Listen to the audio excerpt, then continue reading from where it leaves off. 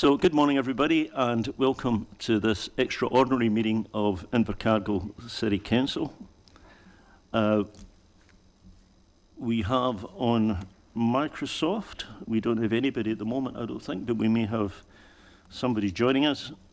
Apologies, we have Councillor Pottinger and Matua Mike Bain. We also have an apology for Councillor De Vries for lateness. Andrew will be, I think, 15 minutes or so late. Will someone move that we approve those apologies? Thank you. Thank you, Steve. Seconded by Trish. All those in favour say aye. Against? Carried. Does anyone have a declaration of interest to make? Well, we all are interested, but apart from that. Thank you. What I'd like to do actually, just before starting the meeting proper, is to just set a little bit of the context of the meeting today, particularly for those joining us on live stream who possibly don't know. So this is a meeting with the only agenda item being to discuss amalgamation options and whether we go for a Head Start proposal. On the 4th of June, Council ICC determined it wished to explore developing a Head Start proposal with the Southland regional boundary as the start point.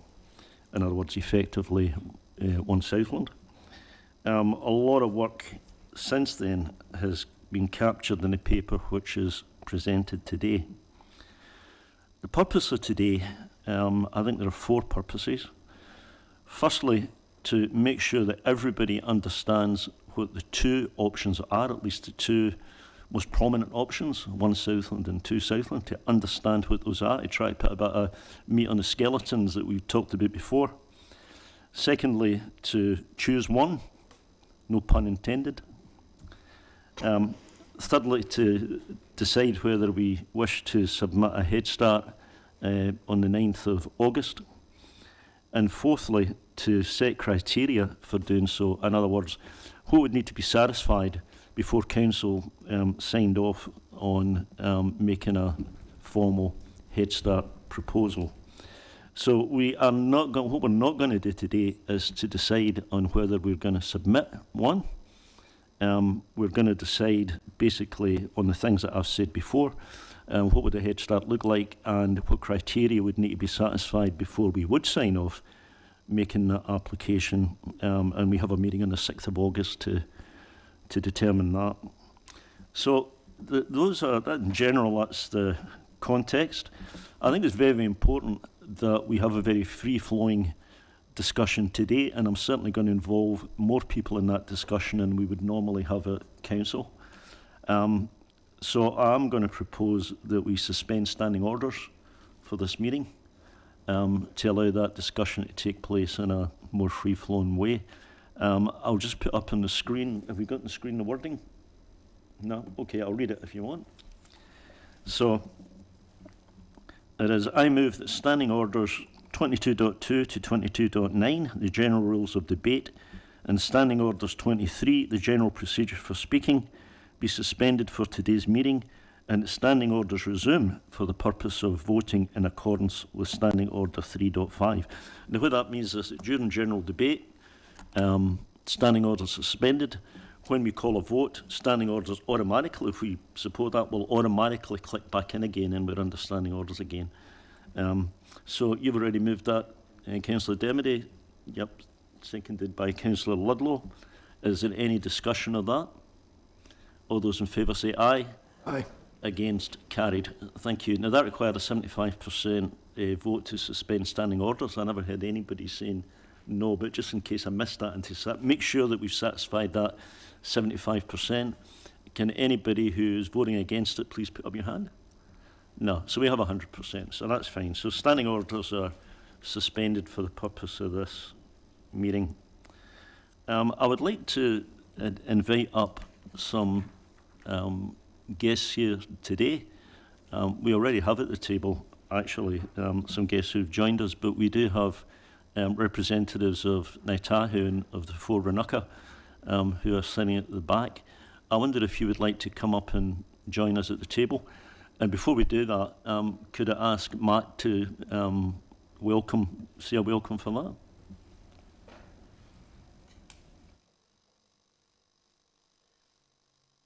Ka taki te titi, ka taki te kāka, ka taki ko ki koa hau, te hei Māori ura. Tēnā koutou katoa, rau, raka tirama, no tēnei rā, e ho mā, e ka iwi mahi au, e ngā mana, e ngā reo, ngā rangatira o kaitau, nau mai haere mai. E ka iwi katoa, ko me ki o taku ikoa, kaitau ka te māmoe Waitaha, me nā te kahanunu, rongo mai wahine. E ka titi ahau, North Chicano West. Ko au te tahi Hawkeye Kaumahi Council. E mihi nui ki a koutou, motu koutou tainga mai. Me tu koutou, wahi nui ki a tātou kōrero, tīnei ata. E tinoi, whakaherehere tō koutou, Moturanga, me te koutou, koha ki nui hui. Nō reira, tēnā koutou, tēnā koutou, tēnā koutou katoa.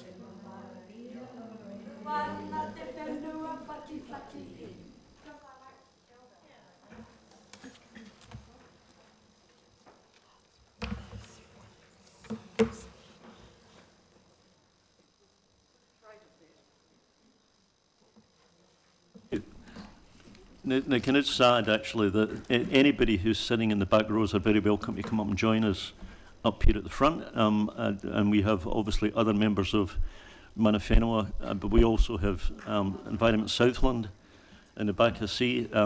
Basically, if you can find a seat, then you're welcome to come up and join us. Just to clarify something, at this meeting, everyone in this room has speaking rights.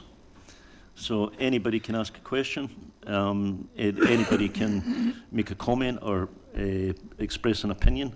So we are not actually back in front seats. Everybody in this room is welcome to make a contribution. So again, if you want to find a chair for yourself, or even if you have to pull up your own chair, then you're welcome, or you can speak from the back. Thank you. So, Reverend Cook, Mrs. Cook. Tuku mihi atu ki a koe te kai kōrero o te rā. Ki a koutou ka whanauka I Waikinuia a tēnei hui. Ki a koutou o te kaunihira o Waihopai.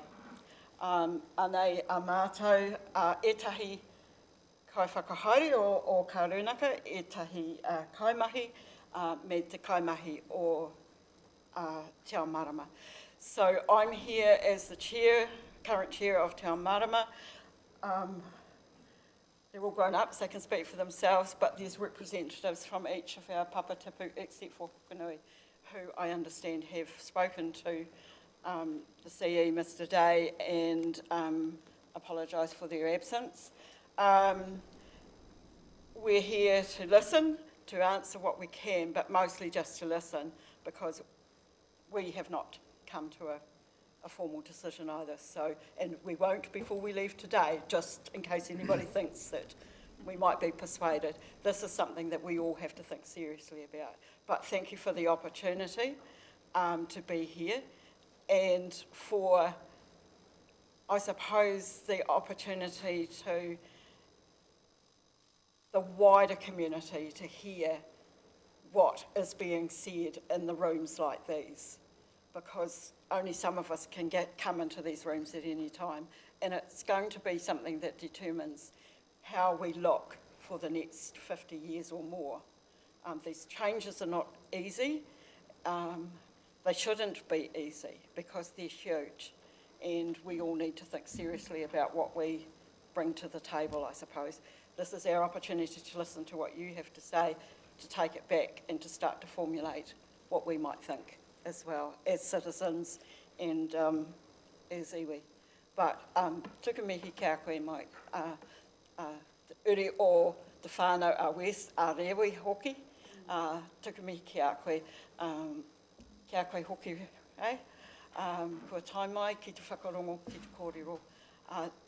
Nā iwi, nā whānau, those who are elected, those who work for us, those who work with us, and especially for the group of people that I am now referring to as Switzerland, which is the people from Environment Southland, because in this particular conversation, they don't get a vote, but they can influence, just as the rest of us can influence one another. So, kia a koe te mea, te koro matua, te CE, ka kai mahi, ka kai kaunihira, nō tātou. Nō reira, tēnei te mihi.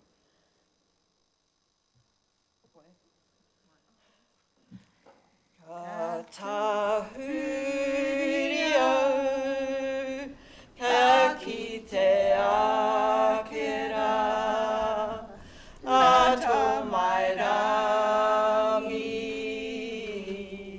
e heke ana mai, ki runga o, ora ki e, tau iho ki runga,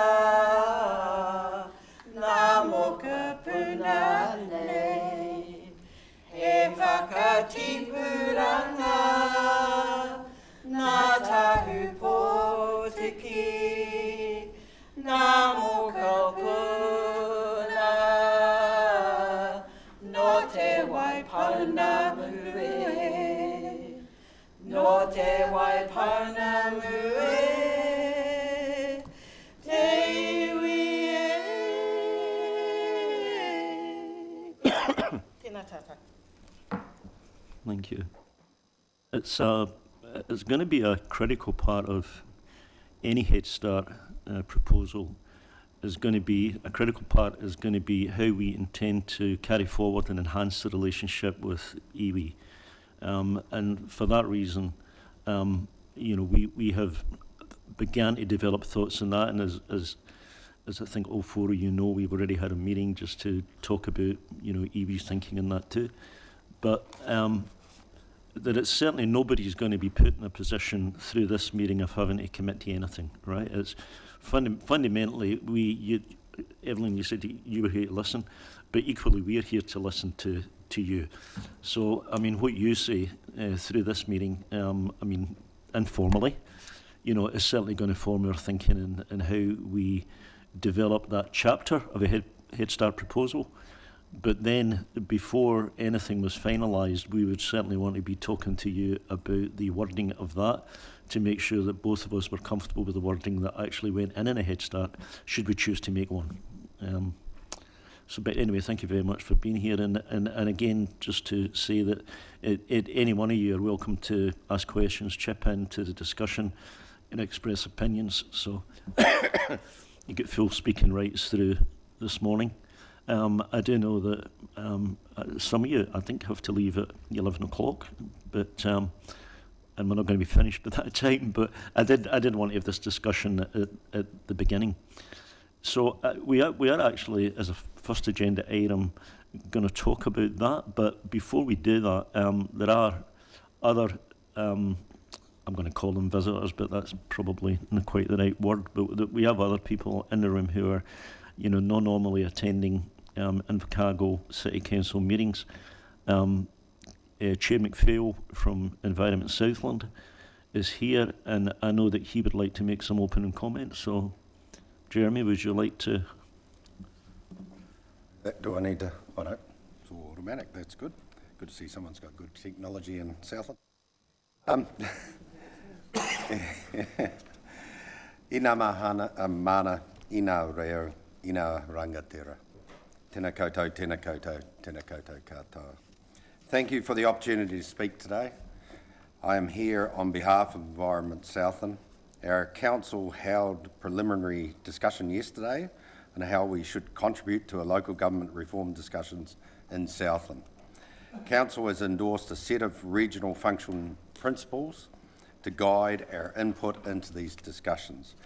Those principles have been developed from the Southland Local Government Summit held last week. Subsequent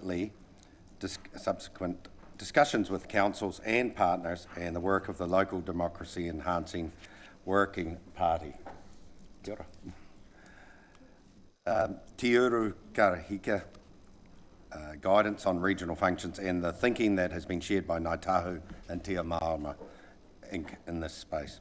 The principles are not intended to lock Environment Southland into any predetermined structural position. Rather, they are a practical test for any option that may be advanced, whether that is one unitary, two unitaries, a shared service model, local boards, regional delivery vehicles, enhanced collaboration, or some combination of these. In simple terms, our council principles are: function first. Structure should follow what each function needs to be delivered well.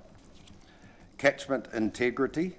Natural systems should not be fragmented by government boundaries. Better outcomes, not just efficiencies. Reform should improve delivery, resilience, and environmental stewardship. Regional cohesion. Future arrangements should support a strong regional voice and urban and rural Southland succeeding together. A strong local voice. Communities need meaningful influence over local matters with appropriate community representation being an important part of that. Efficiency and accountability. Reform should reduce duplication and make better use of systems, people and capability. Enduring partnerships. Future arrangements should protect and strengthen relationships with Ngāi Tahu ki Murahuku, existing charter arrangements and treaty obligations. Capability and continuity. Specialist expertise, leadership, institutional knowledge and regional stewardship, kaitiake tanga.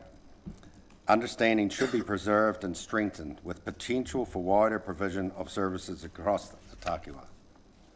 Clear accountability. Future arrangements should be explicit about who decides, who pays, and how regulatory independence is protected.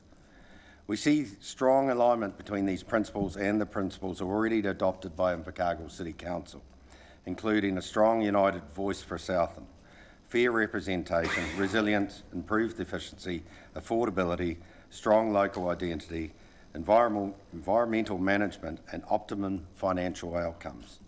ICC's report records these principles as guiding the development of its Head Start proposal. They also align with the Local Democracy Enhancement Working Party's focus on ensuring local communities continue to have a meaningful voice in governance, while strategic decisions are coordinated across the wider region.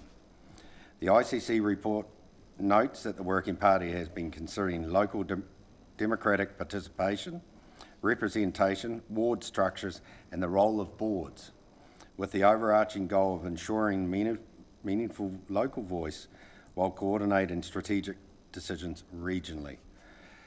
From Environment Southland's perspective, the most important is that the discussion should start with the work that needs to be done for Southland communities, not with institutional boundaries.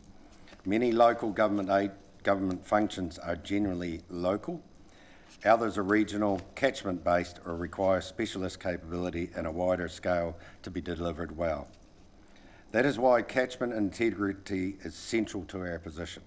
Freshwater, flood resilience, environmental monitoring, land management, biosecurity, natural hazards, regional planning and emergency resilience do not stop at district boundaries.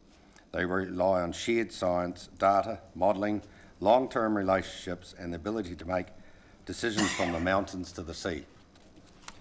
This is also consistent with the soon-to-be-made publicly available Te Uru Kahika Head Start Toolkit, which has been developed to help councils assess where regional functions should sit under reform.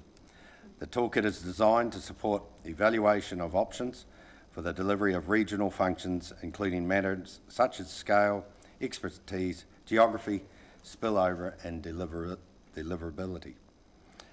It is consistent as well with the thinking shared by Te Ranga o Ngāi Tahu and Te Ao Māorama Inc. The letter from Te Ranga o Ngāi Tahu supports compliant Head Start proposals and identifies river catchments as a primary determinant of unitary council boundaries, alongside Takiwā-wide shared services and genuine cooperation with the Papa Tipu Runanga. Te Ao Māorama's material for the Local Government Commission process similarly points to integrated ki utu ki tai decision-making, strong environmental stewardship, catchment-based investment, Ngāi Tahu values and Mātauranga Māori enduring representation arrangements and meaningful community influence.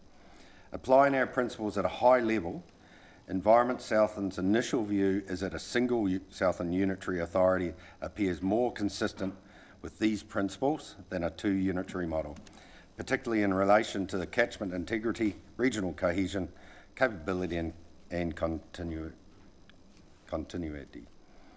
integrated planning and clear accountability. We recognise that the two unitary model has been promoted by some as a way to protect local voice and rural identity. These are legitimate issues and must be addressed in any model. But from a regional functions perspective, a two unitary model creates real challenges. The ICC report itself notes that a two unitary option would split regional council functions across two organisations and across catchment boundaries, and could create confusion where consenting authorities within a catchment provide for different outcomes.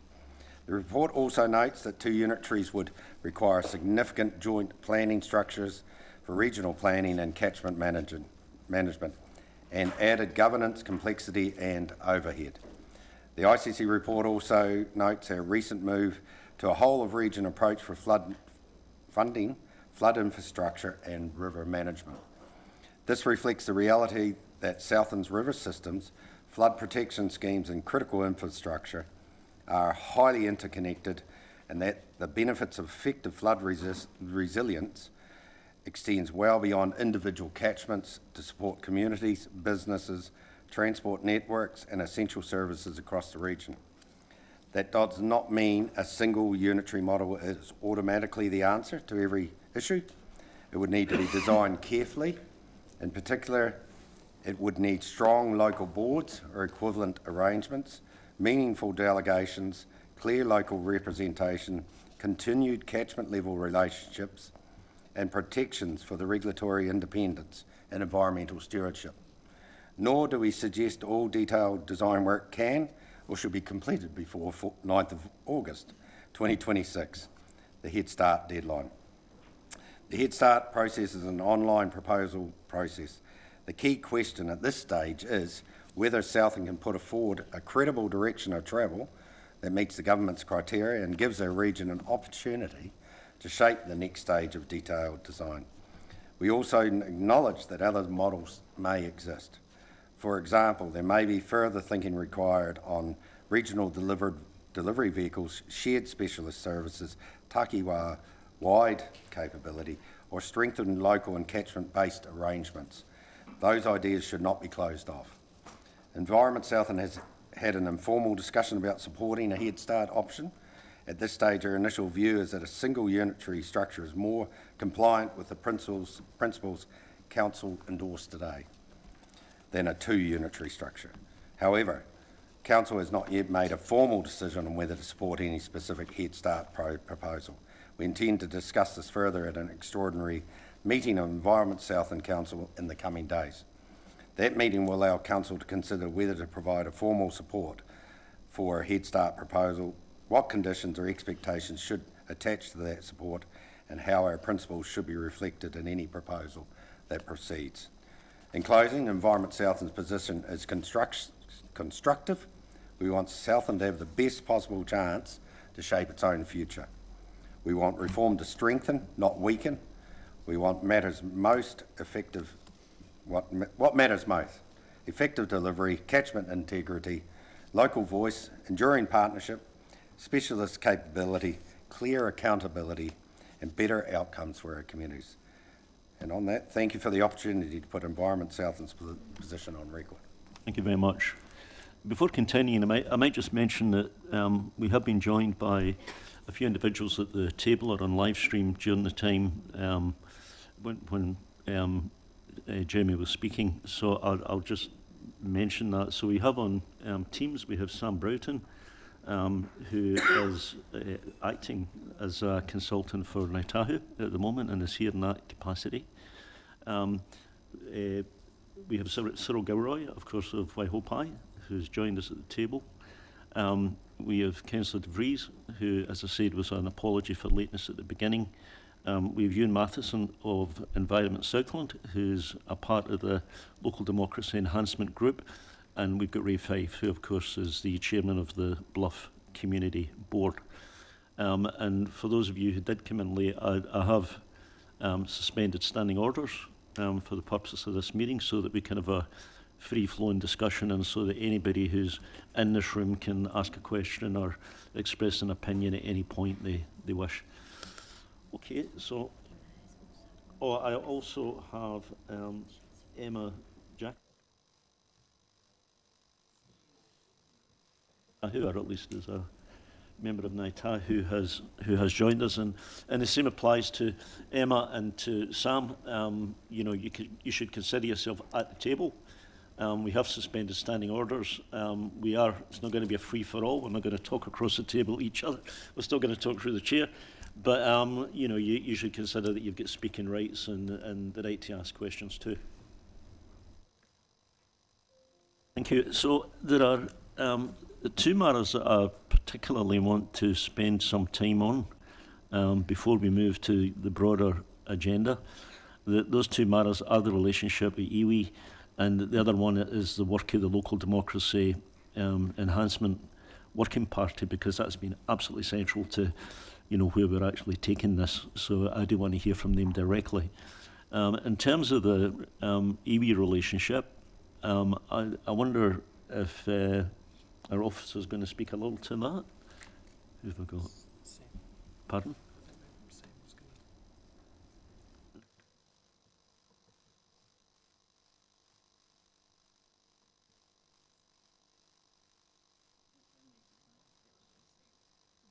Sam, I've just been told, my apologies, but I've just been told that you're going to speak in that matter. So I mean, just as a little bit of heads up, some of us have actually already been part to a discussion on this, but it's really good to have you here, Sam, to talk to all of Council and all of the other stakeholders in this room about it. So please, the floor is yours. Kia ora, me Tom. Ko Sam Broughton, toku ingoa no Dawhiora Hau. I'm working for Ngāi Tahu and providing advice on this particular project alongside Emma, who's on screen with me. Just acknowledge Cyril and Evelyn, Pania, Adele, Tracy, I saw you online in the room as well, and anyone else from Te Ao Marama and Papatapu Rūnaka who are there. The thinking that I'm going to share today is just that, it's thinking and it's reflections that Tront has heard from Papatapu around the takiwā. It's not a formal position, and some of the thinking many of you will have seen and is reflected in Justin's letter that he shared with the Mayor and Mayors across the takiwā last week. I'm just going to share my screen and hopefully that helps with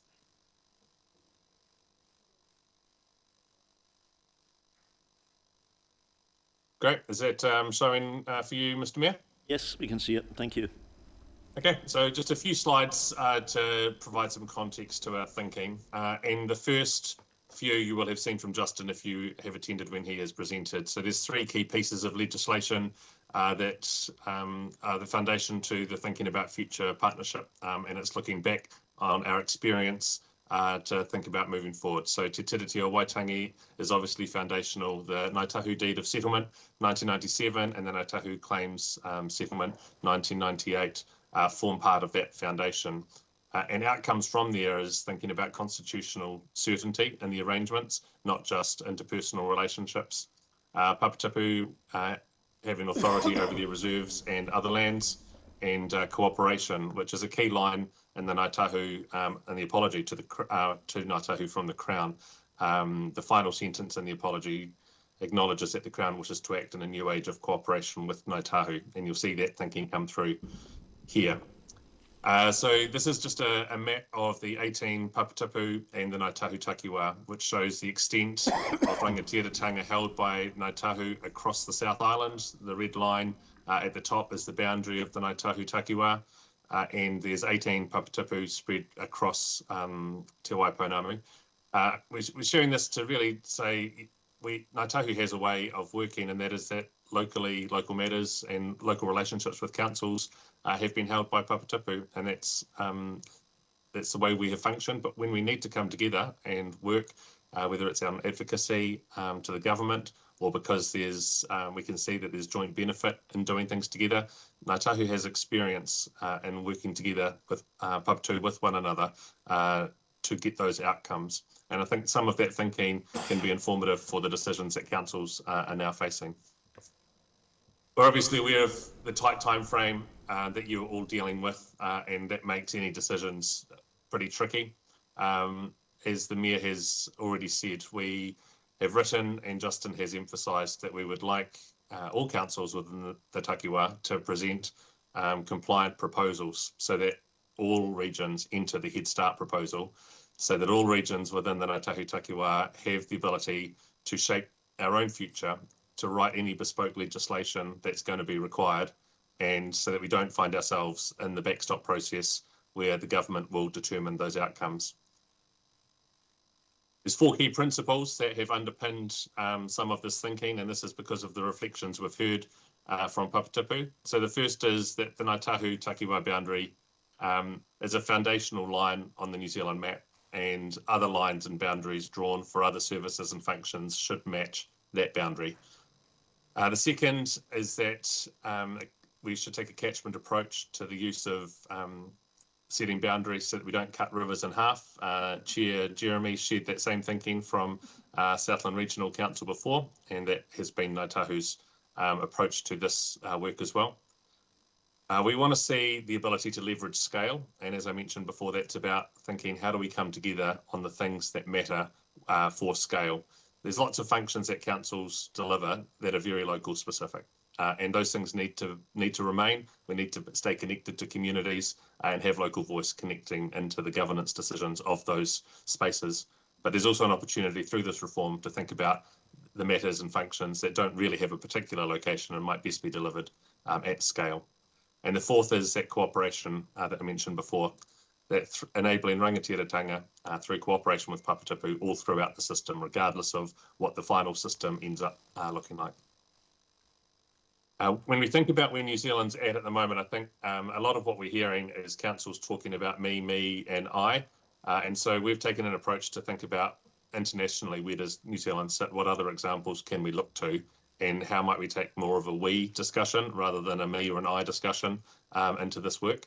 So there's 2 graphs just taken from the New Zealand Initiative who've done the research, show that on the left-hand side, New Zealand is already the most over-centralised country in the OECD, with most of the money in New Zealand, most of the public money in New Zealand spent by central government. That's out of line with most other countries. And the graph on the right just shows that New Zealand already has large councils. So by making our councils, when I say large councils, councils that serve large populations. So when we're thinking about this new work that we're being asked to do, it's bringing councils together. Actually, we might end up in a space where we're pushed further to the extreme on the right. So interesting in the context of the New Zealand conversation, where some of it has been, but we're too small. Well, internationally, that doesn't stack up. And partly these two graphs go together, because if you are not given very many functions and government holds all the purse strings, then you have to serve large populations to make viable councils. The current situation for the Ngāi Tahu Takiwā is that there's 24 councils. This is just a representation of those councils. As you can see, some are big, some are small. They're not all this colour. That's not a satellite imagery of the South Island. But it does show that there's some wide variety. The councils in the Takiwā also spend $5.4 billion annually, so a significant amount of money, probably less than 10% of the public money. As I said before, the government's spending the lion's share of public money, but $5.4 billion is still a significant sum. And so if we can find savings in the changes, 5% savings is a significant number out of $5.4 billion. And current changes need to prepare us for future devolution. So this shouldn't be the only change we think about. Let's think 10, 15, 50, 100 years into the future. How does this change set us up for what might need to happen next? And how might we shape ourselves to be in a space for the government to devolve power, to devolve funding to our local communities and regions? When we look at the shape of the councils and the size of those councils, this is a graph just showing the population data. As you can see, Christchurch is much larger than any other district or city in the South Island. It drops dramatically down to Christchurch, and then there's a number of councils, all of a similar scale. On the graph, we have highlighted the green line at 200,000 people. Not that that's a magic number, but it has been part of central government thinking now since the Three Waters reform, and was also part of the previous local government minister, Simeon Brown's commentary on changes to local government. So we've heard from both Labour-led and national-led governments using this sort of number. And so it might not be part of our thinking. It doesn't have to be our target, but it is in the back of the minds of government. And when they're controlling a lot of this discussion, I think we just need to be mindful of that.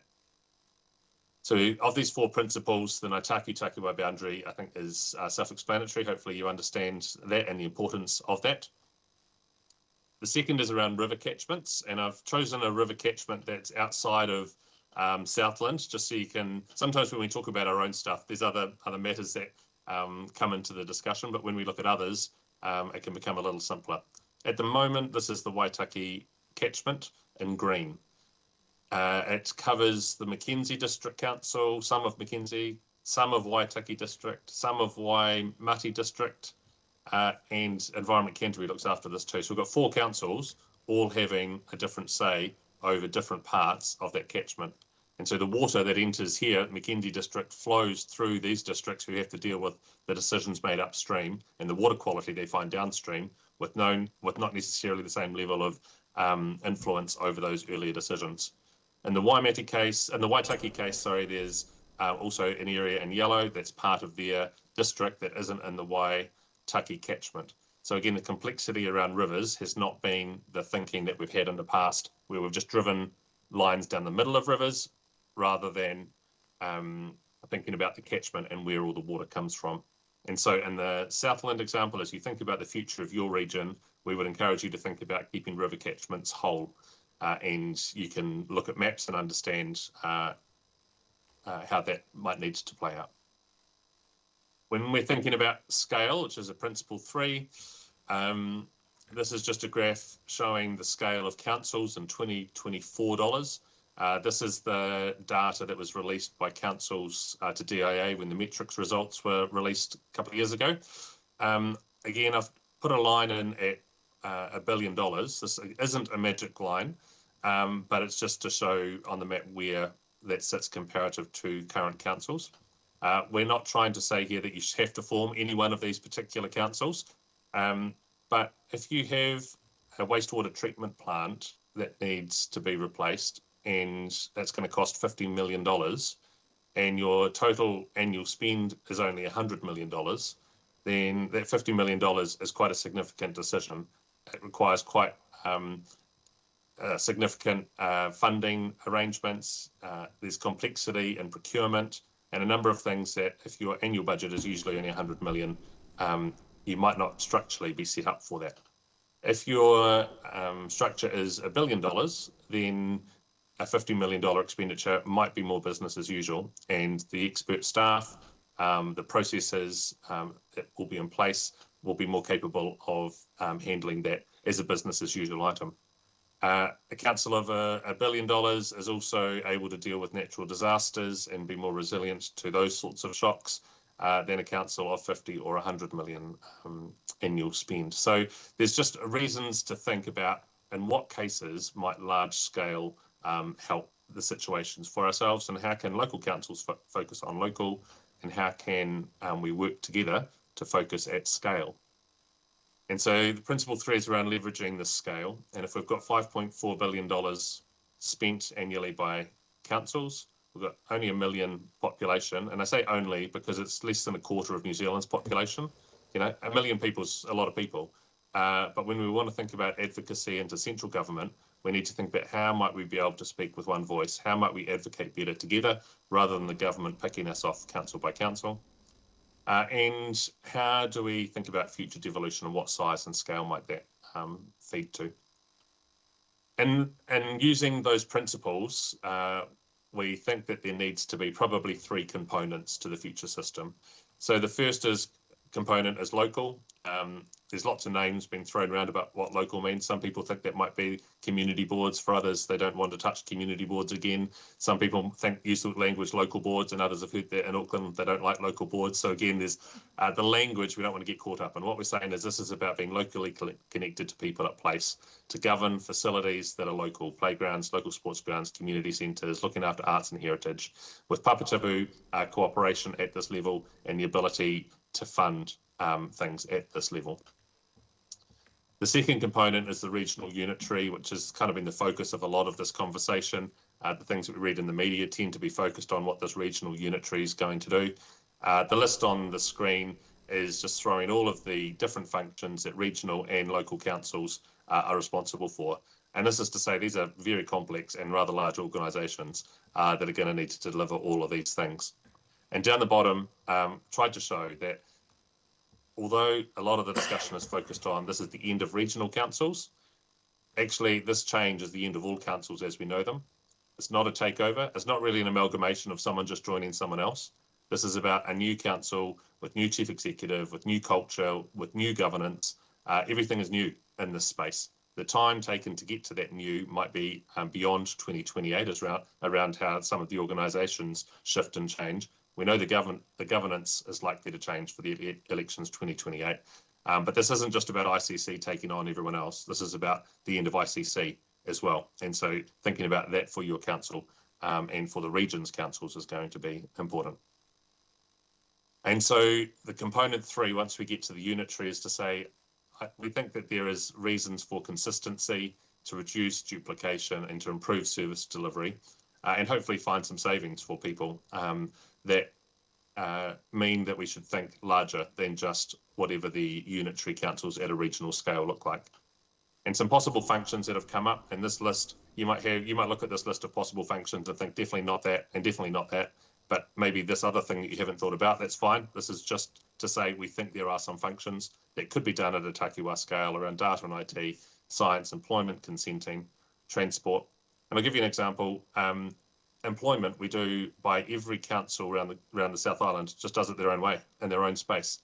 Police and education all do it centrally with a local interview and a local place to work, but it's not all handled at the local level. And so is there efficiencies, and are there ways that we might simplify the system by working on some of those things together? We also think that we should learn from others. These are just 3 examples of how both London, Manchester and Auckland, all 3 of those, not both, do local government differently. All those are kind of city areas though, and so we're thinking about for the South Island, it's not just about cities, it's also about representation for rural, in that, how do we do it? And we could look at Tokyo, Vancouver, Stockholm. Each of those does it differently. We don't just have to pick up Auckland's model. We don't just have to pick up Marlborough's model. We can actually think about how do we want this to be for ourselves, and that's the opportunity of writing bespoke legislation if you make it into the Head Start process. I will just conclude with the 4 principles again. We want to see the takiwā boundary. We want to have a catchment approach. We believe that leveraging scale is going to be important in the new system, and we want cooperation with Papatipu and with Te Rūnanga o Ngāi Tahu through each of the components within the future system. And lastly, I'll just leave and allow any of the Papatipu representatives in the room to share anything else. But the information that we're sharing isn't a submission. The letter from Justin isn't just something to be considered alongside the other views that others have. If you have a true cooperative relationship with Papatipu Rūnaka, then we would expect them to be part of the decision making and for them to be also included in your final thinking, so that your Head Start proposal might reflect some of the thinking that we've shown today and some of the thinking that Papatipu Rūnaka have shared with you as well. So thank you for allowing us to present that, and I'll just hand over to Cyril or Pania, Tracy, Evelyn or Adele, who are in the room with you. Kia ora.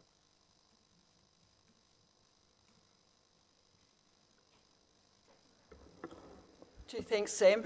The only thing that I would like to stress, which isn't specifically articulated but referred to in the conversation about catchment, is the harder question that we are going to, or discussion that we are going to have with some of our cross-boundary relations because of the issue with the Matau. The boundary that we have is the Clutha, if we go by catchment, and that means that we have to talk about where the south side of Balclutha and Tapanui and those places sit, because they are actually on our side of the Matau. If the catchment is going to be managed as the whole, that's a different conversation. I imagine that our Otago relations are going to put up a position where they manage the Matau from the top to the bottom. That's not something that we're unfamiliar with, and we have ways of making that work. But in terms of what it is for a unitary going forward, that's a conversation that hasn't been occurring yet, at least not unless I say it out loud. It's not the official iwi position, it's just aligning it with the principle of catchment-based continuity of management. So I'm a fan of east-west boundaries, just because the east-west rivers don't cut Southland in half, they just, but they do cut Murihiku in half, because I found the Waitaki example, and I've raised this with Sam, quite interesting. In our tradition, the Waitaki is actually the boundary for Murihiku. I am not proposing that either, just lest you be frightened like the horses. But this is just a foundation for discussion going forward. And I think within all of that, the thing that we are most interested in is that we start to have a conversation about where iwi fit in all of these relationship discussions, in terms of representation, and what we are going to be allowed to have, which may be different than the wishes of the local people. But the Minister has kept on saying that we can have a custom design solution.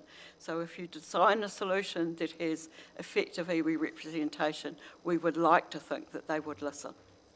But that's nothing engraved in stone. These are conversations we are having. This is good.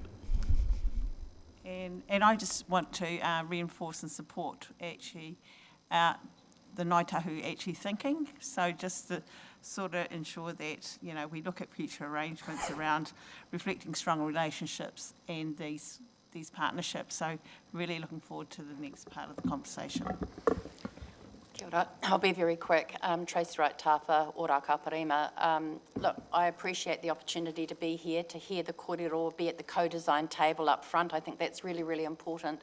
And my objective is that iwi always has a place at the table and an ability to participate. And I think the alchemy of the Deep South is our ability to work strongly together and to look at localised solutions to our own issues. We're great number 8 wire thinkers, and I think that's, the secret to our success moving forward. I was in a meeting earlier this morning with the SIT, and they said we really do need to toot our horn a little bit more loudly. So all I'm saying around that is that the solution to moving forward rests within the scope of this room and the people at the table. Thank you. So I do have a question from Jeremy McPhail. I'm going to give myself a question first, Jeremy, then I'll come to you. And it's really a question to Sam, and it's a comment and a question, Sam. When I look at that design of Takiwā unitary boards and local boards, coming from a commercial background, coming from a big company background, it's exactly what a big company would do, right? That's exactly how they'd organise themselves, except that what's described as a Takiwā, I would probably call a centre of excellence. It would not be in a hierarchy of governance. It would be essentially an advisory group where you put high-tech specialists, tech meaning anything which is specialist, and you would use that as leaders of particular functions rather than line managers. Is that do you think that's how Ngāi Tahu think about that? Yes, some of the thinking has been we don't want to create a whole nother level that sits above the unitary councils. So anything done for the Takiwā is in service of the unitary councils. And much the same thinking, I suppose, as a lot of what Te Rūnanga o Ngāi Tahu does is in delivery of service to Papatapu Rūnaka. Then that same thinking could apply to what we do across the South Island. Jeremy. I have a question. Sorry? I understood you had a question. I do actually. Oh, sorry, it's Councillor De Vries. Yeah, sorry. I do have That's questions. an easy mistake to make, Jeremy. Tēnā koe Sam, tēnā koutou hurinoi ki te tipu, ki te mārei kura I tēnei rā. Pretty powerful table down there, and also you, Cyril, as well, hākoro. Look, Sam, I've got a question.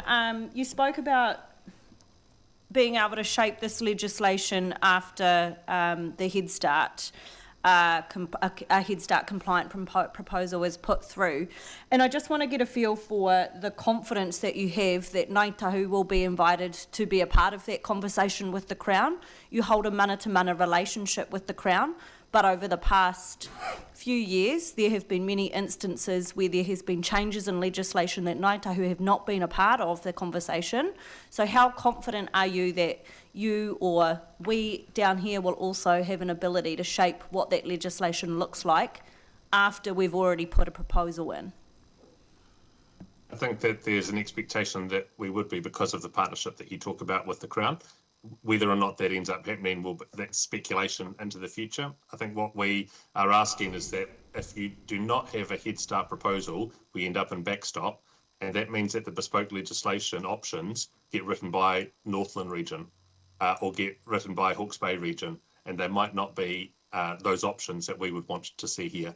So if we don't have a compliant Head Start proposal, we don't even have the opportunity to have that conversation about what future partnership and influence looks like in that new system. Emma, did you have anything else you want to add to that? I just would like to say it extremely likely that Te Rūnanga o Ngāi Tahu will be at the table of any co-design and government discussions, because there's 18 Papatapu Rūnanga who are deeply invested in these spaces, and this is important to us. So absolutely they'll be represented. That's my view. I guess I want to follow up with that one then, as we have the LGC process that's going alongside this. So the backstop is not the only option that we're discussing today. We've got an alternative process that is running that allows us to shape those two things. Mm-hmm. Yep. So how does that, so I just, does that Just leave that as influence the way this is shaped up for you if we choose to not go through that because we want to proceed with a local government commission process? I think the two processes are quite different in who the final decision maker is and what that looks like. So with this decision, we've got the opportunity right in front of you now to put forward something that you believe is going to work. The local government commission process at the end can include referendum, which may or may not go anywhere. So because of the different timings and because of this opportunity that's in front of you now, I would just encourage you to consider picking up this opportunity at the moment. I think also, if I can comment on that, the reality is that the Local Government Commission decision is not going to be proof against it being changed at the backstop. The government can legislate at backstop to cover all councils, and there's no reason why Southland would be excluded from that, even if we had already gone through the LGC. That's the main concern I would have about it. Sorry, Cyril, you've got a question? Oh, yeah, look, I And a just want comment? to talk about wahine here. They're very, very strong wahine here. I'm from but you know, along the way is here we are sitting here, and the four rūnaka are sitting where they should be. But like I said, there's 18 of us, and sometimes we get missed along the way as well.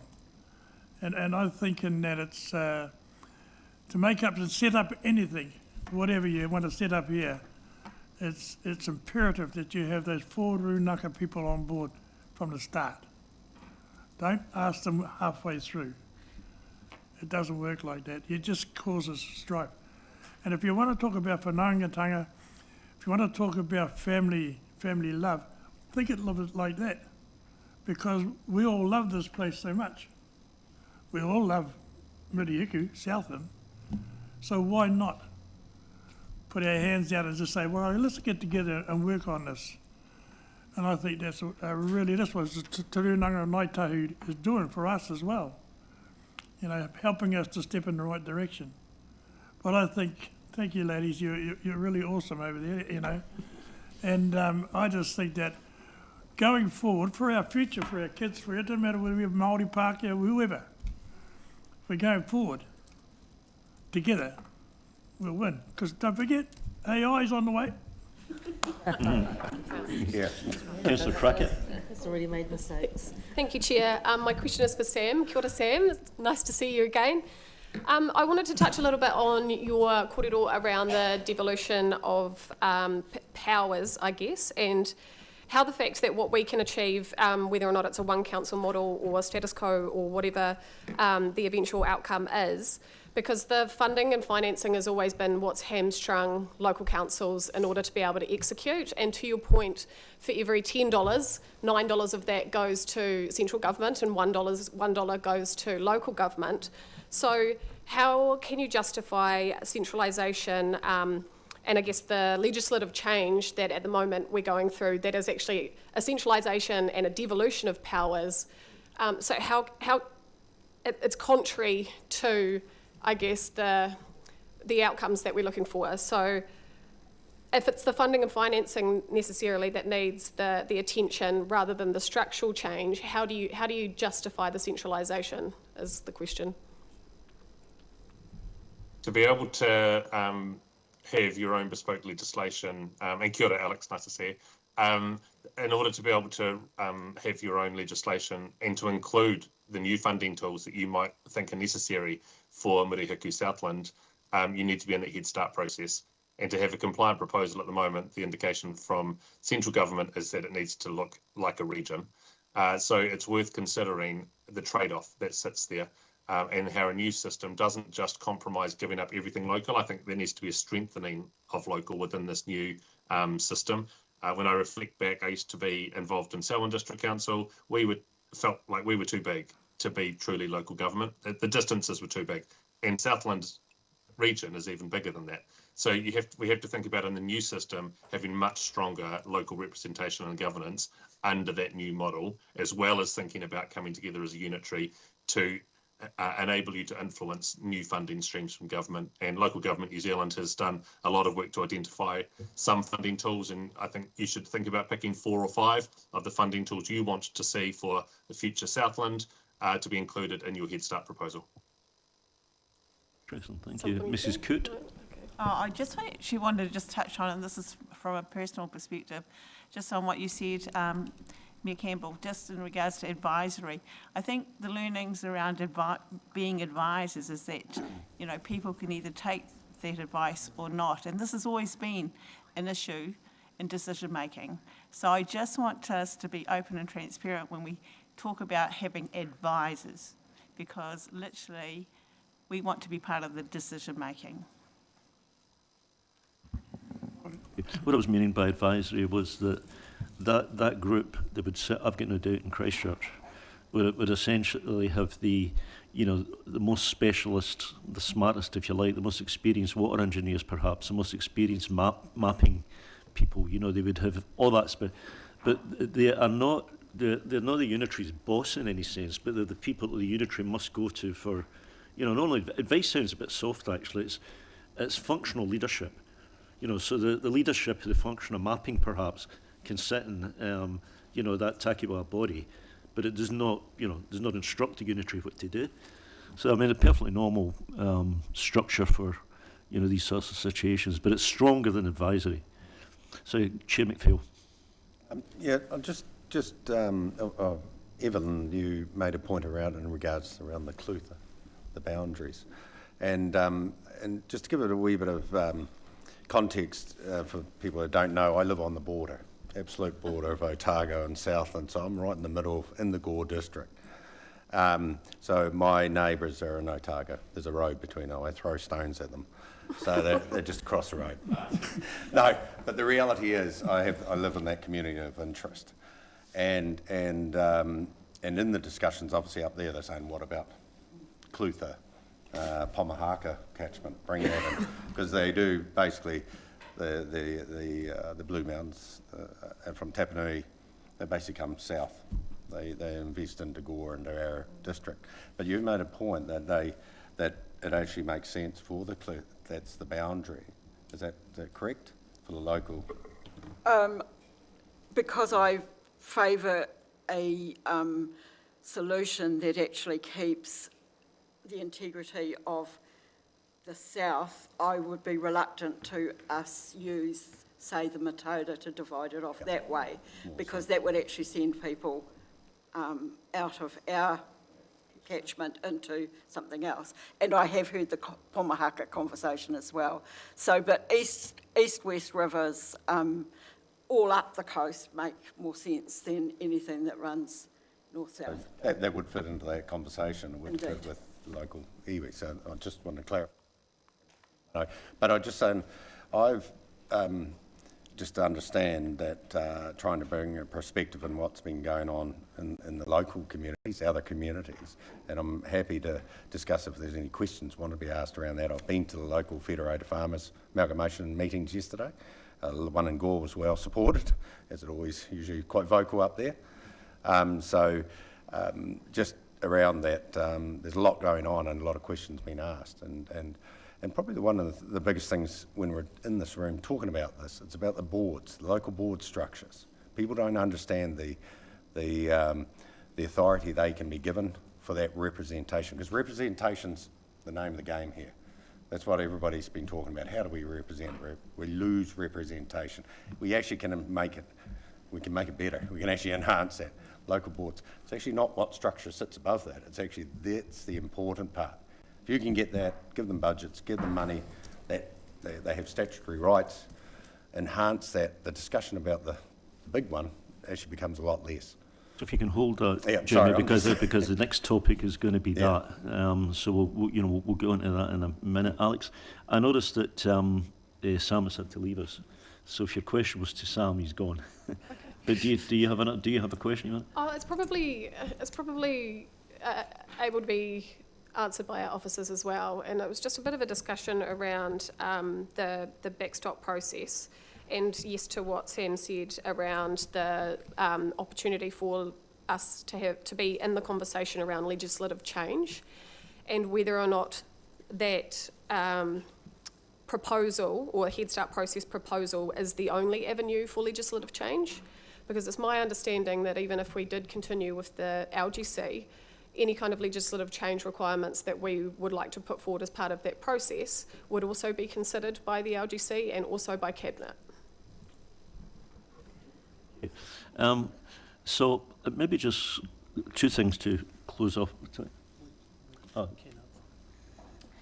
I can provide some feedback on the process. So our understanding is that the LGC process is a statutory process, obviously, and it is within current legislative structures. And so that is the context within which that LGC process is operating and the final option. So the option to suggest statutory change is potentially through the Head Start process.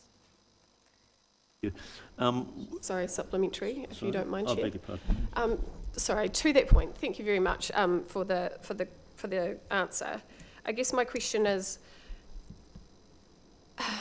yes, there is the opportunity to influence legislative change through the Head Start process, but even without a proposal, there isn't anything stopping any entity or any council from putting forward suggestions that could help influence what that legislative change looks like for councils entering a legislative change or a regional change process anyway.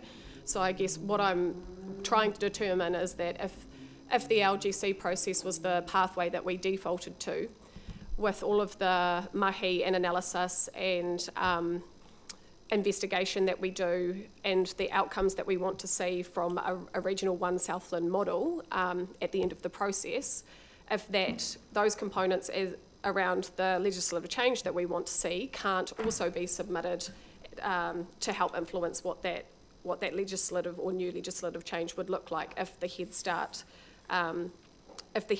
Start legislation or the reform simplifying local government legislation was actually drafted. Like, the opportunity isn't totally lost to us to help influence what new legislation looks like if we don't enter this process. I think you're right, Councillor. The only thing I would say is that I think you probably get more influence when you're in the tent than when you're outside it.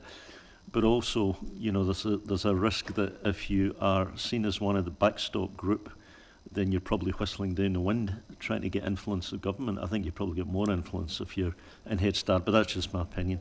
One comment, so a couple of comments moving it on.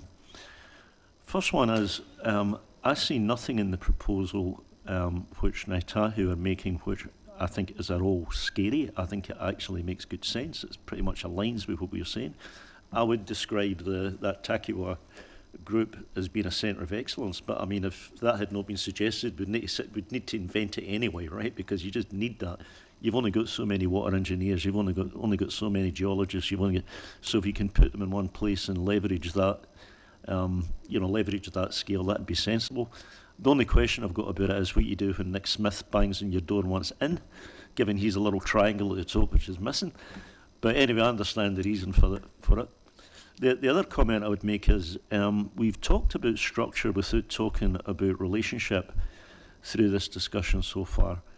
And we've not talked at all about how we would work together. And I know that there was a proposal to move to a structure that would take the place of the Charter of Understanding. That's been a bit undermined by an announcement that was made a couple of days ago. But we want to preserve the Charter of Understanding at the least, because it's been not only useful, but it's been extremely helpful to both of us, both parties, I think, and we want to preserve it. So one thing it seems to me, and I think we talked about this before, but one thing it seems to me is that as we write that section of the Head Start, I mean, we'll write it anyway, whether we put it in or not, Councillor Crackett's a different matter, but we'll write it.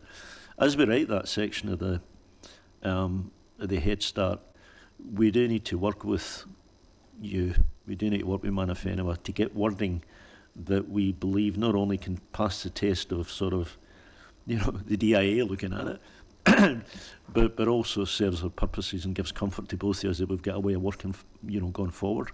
So I think that joint drafting is really important for that section. He said, looking at Rhiannon. You agree?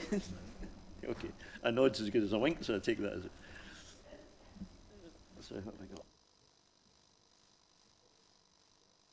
So I wonder if we can, unless anybody has anything else to say on that topic, I'd like to move to the Local Democracy Working Party discussion. And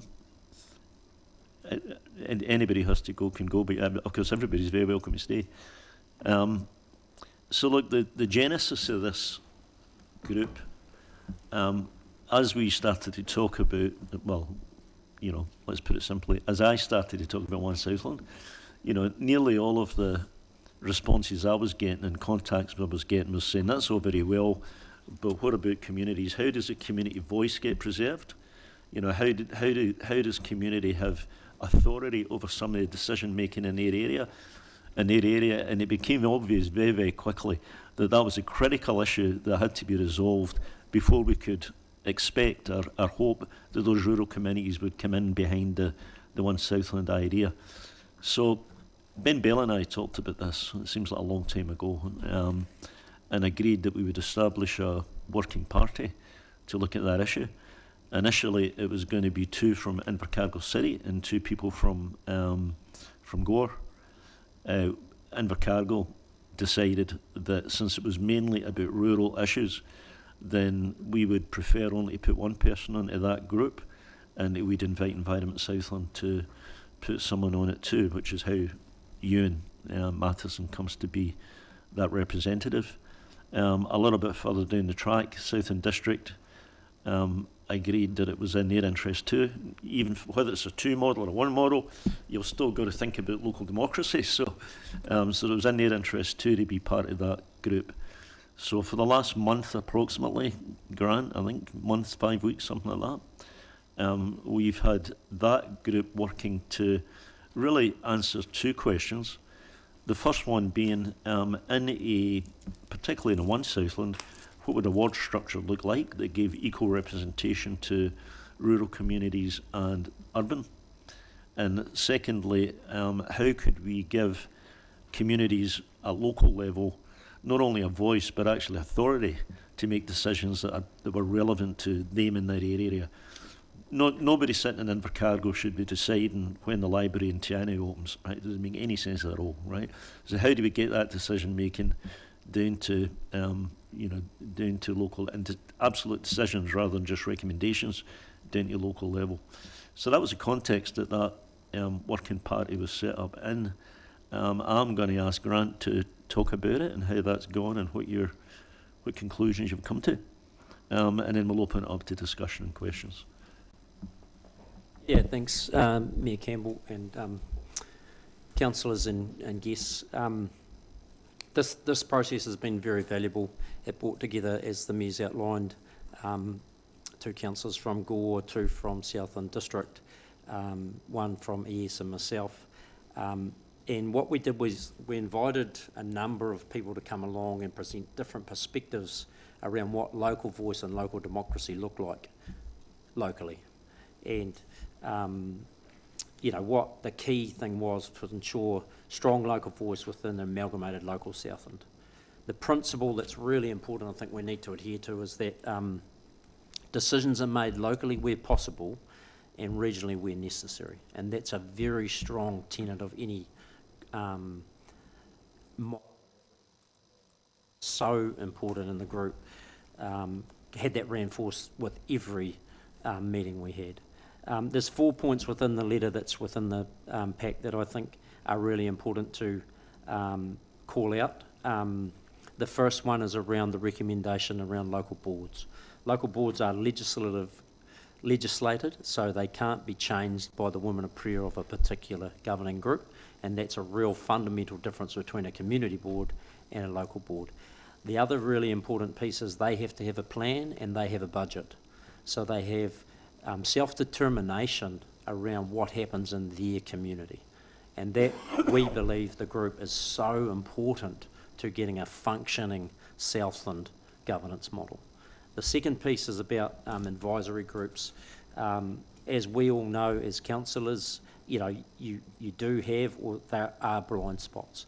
And so the establishment of groups that can support the governance decision-making process where necessary or possible, and there isn't a group that's been stood up by ES, which is the Mountains to the Sea, and that group is about providing additional voice and insight from particular groups or people that can help that decision-making process. And we believe that it's really important that that construct of groups is used to ensure strong decision-making. The third piece, if there's a 2 unitary model that's the preference and decision, it's fundamental that the regulatory function needs to be an independent body. It can't be controlled. So the other entity is at the Women of Prayer. It has to be a separate entity, and that's critical.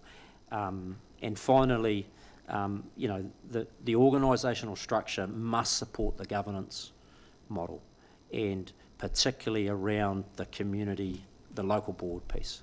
And and it's been referenced by Sam and it's been referenced by others, you know, this is about everything changing. This is just about taking a particular model that's used by ICC or STC or ES and then applying it to a regional governance model or whatever the model is. The whole organisational structure, and it's critical that that organisational structure reflects the importance of that local decision making at local board. So, you know, ultimately we will continue to work to design a model that works for Southland as a whole, but doesn't lose sight of those communities that are within it. And as I said, you know, it needs to ensure that decisions are made locally where possible and regionally where necessary. So that's where we got to. Comment on the ward structure question? Yeah, so the paper talks to the wards. Obviously the wards and the local boards need to be aligned, and there's evidence of ensuring that if you have a ward system and a local board system, that councillors need to be part of the local board, because that ensures that connectivity of governance from that local board back to the centre. So that's key.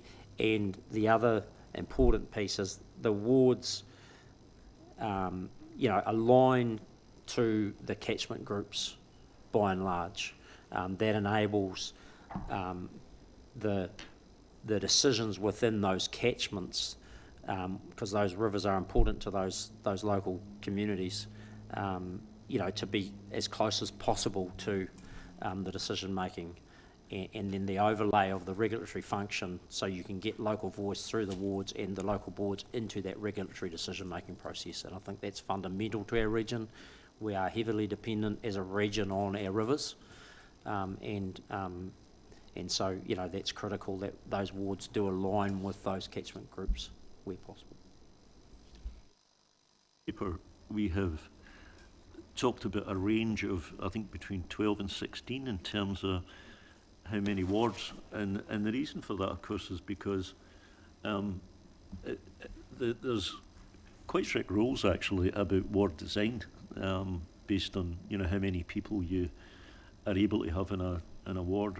If you divide the total population 105,000 by 16, you end up with a smaller ward size. It does allow you to make it more local, but also, you know, we need to be thinking about those communities of interest where you can actually apply in special cases for you know, wards to be smaller than the average size.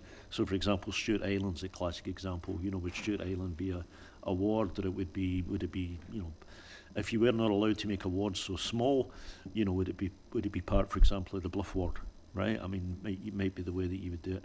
So there's questions like that still lie a little bit unanswered, because at this stage we're not able to go down to that kind of level of detail, not because we don't have time to do it, but because actually they're not actually within the decision-making power of that group. You know, they will have to be designed, and then there'll have to be discussions with DIA and so forth to see how that...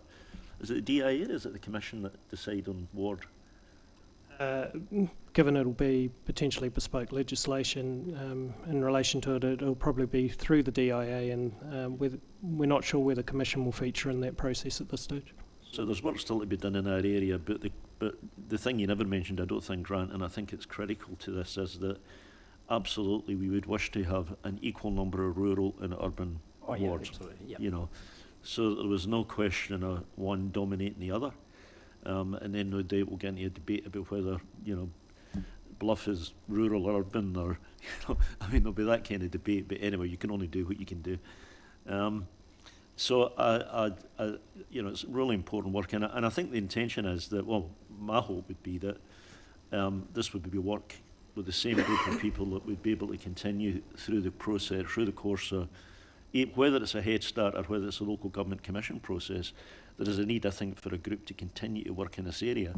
What we need is, what we need is, at this point, is sufficient, you know, skeletal and flesh on the skeleton that it can become part of the Head Start process. And I think the memo that your team have written to us already is probably sufficient, actually, Grant. But it's not the end. It's just kind of it's the end of the beginning, right? We only had 5 weeks. Yeah, 5 weeks. Yeah. Ray, you questions? But I will ask Ray if he wants to comment. Is that a question, Ray, or is it a Ray? Is it a question or is it a comment? I was just going to ask if you wanted to comment on that. It's a comment in regard to, since we're talking about community boards and local first community, is that as a Bluff Community Board, we've been watching very closely what's been unravelling over the last few weeks, and particularly around the Southland regional boundary, putting forward their views, and at the moment they're all varying, and hopefully they can reach a consensus so we can move forward. We had a community board meeting on just last Monday, and we received the report from Invercargill City Council on the local government reorganisation, and our board was brought up to date and, on what's happening, and we're still, like everyone else now, in a sort of neutral position until more information is forthcoming. It's a lot of water to flow under the bridge yet, and we're not too sure what's going to happen. But we do know that a regional tier can deliver economies of scale and greater consistency. It's actually the local tiers that respond to specific needs and preferences of our communities, ensuring local voices remain part of our region and local decision making.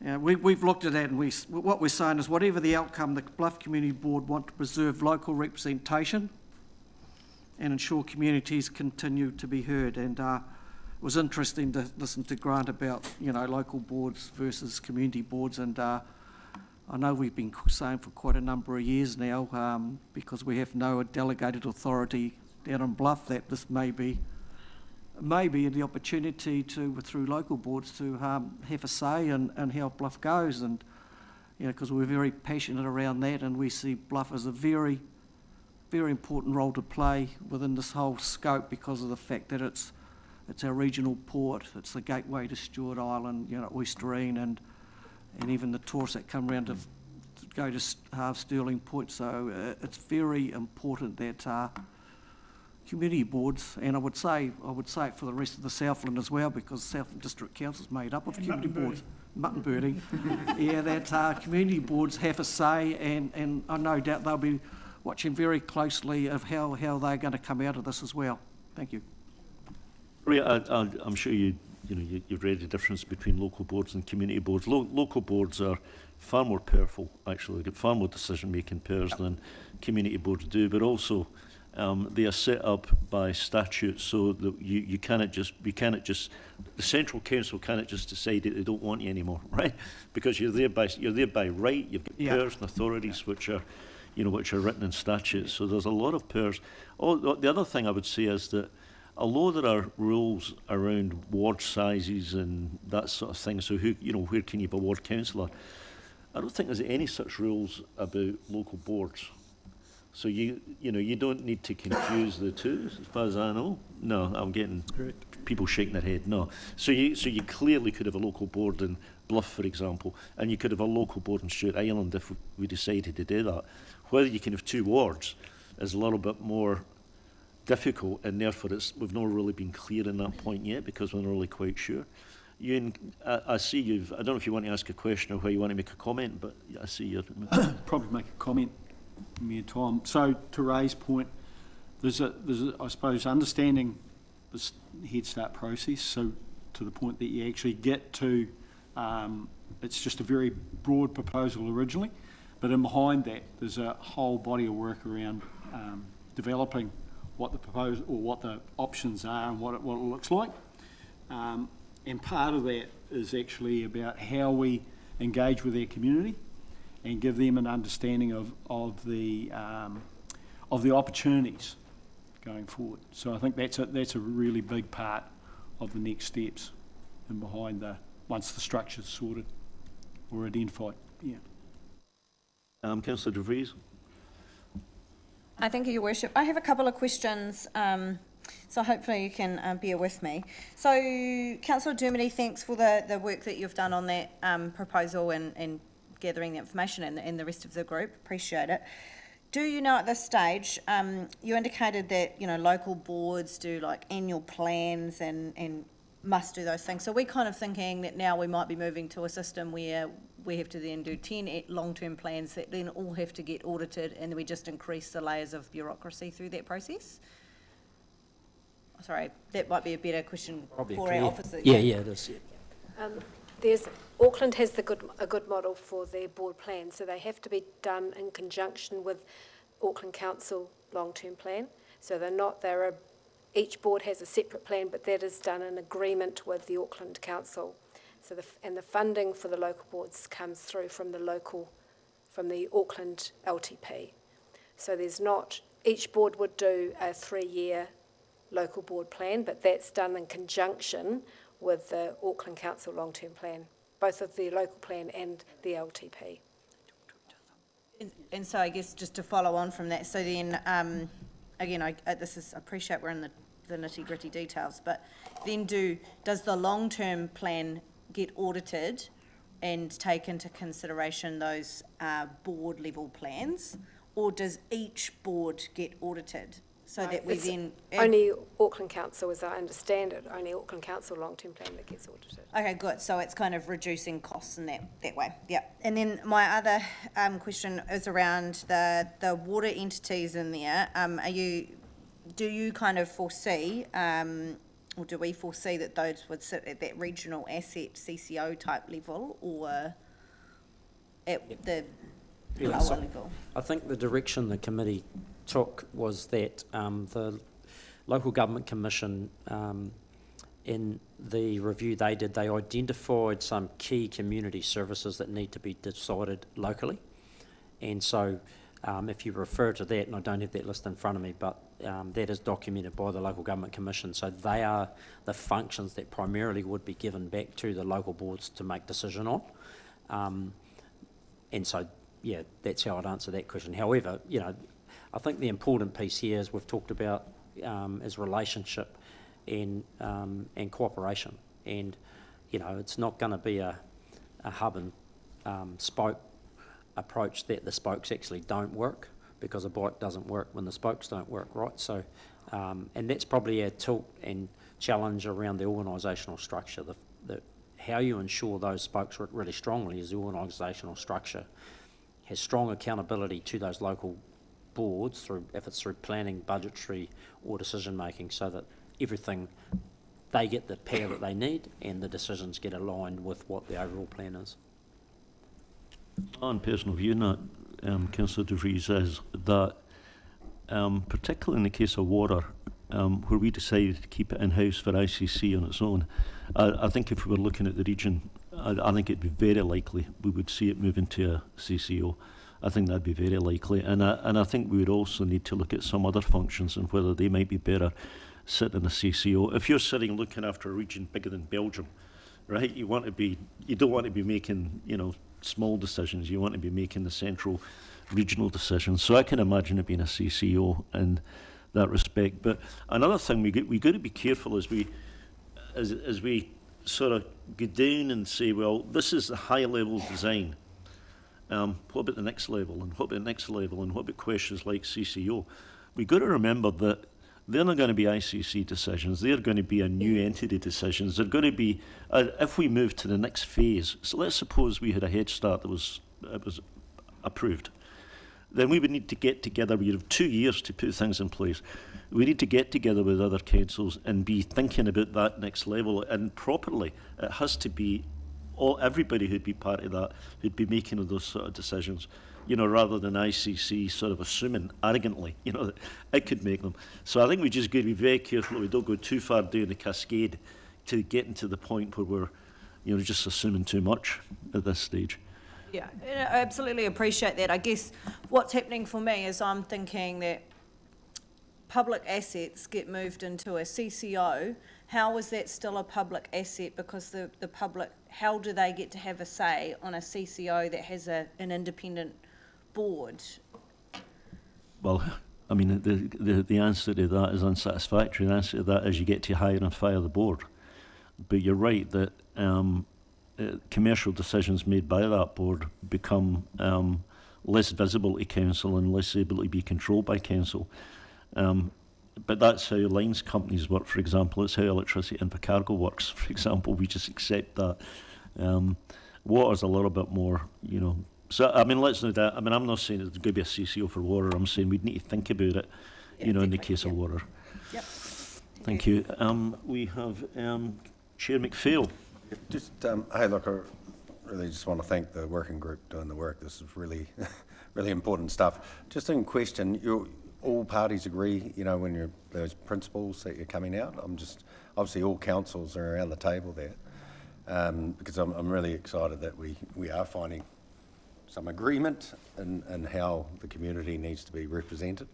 And I think that, I'll go back to what I was indicating before, around the local boards has been something that I think even the Local Government Commission have indicated that, and that's something you go, in this discussion, let's grow on that. That's something we can put on the board and go, yes, how does that work for a bigger look at things?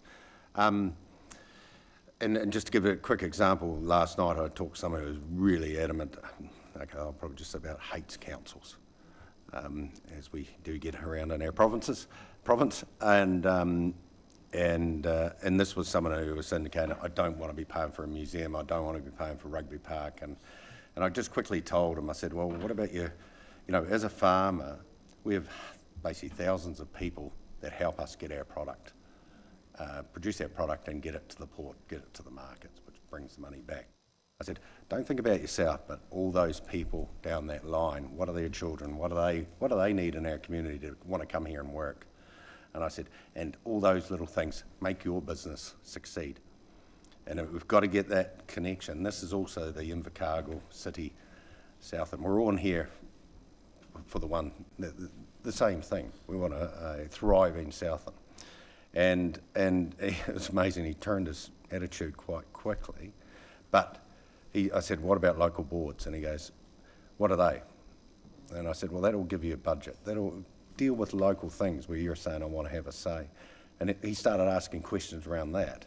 And it was the unknown. He didn't know about that. And he's been adamant, pretty anti the council for the last 30, 40 years.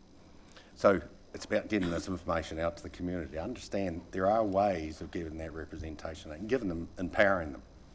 And that's the big thing now. As I was saying. Absolutely.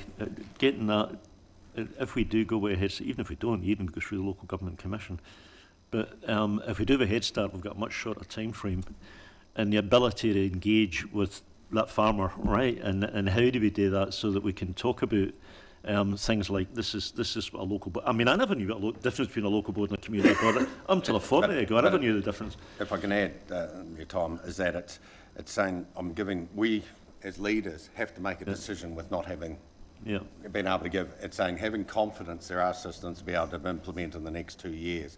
This is what we're going to do. We think this will be working, and that's what the Times put pressure that communities trying to give us advice, but ultimately it's around these tables we're going to have to make that decision.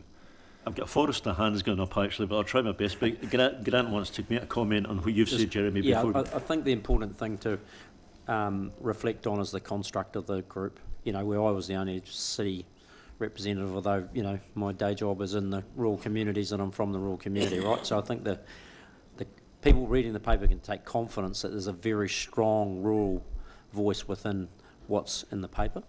And secondly, you know, we, as much as we may have a bit of a town and country thing, you know, we're interconnected in so many ways, as you talk to and about, and there's strength in that connectivity. And it is a personal concern I have that, you know, it's advantageous for some to perhaps try and drive a divide through that.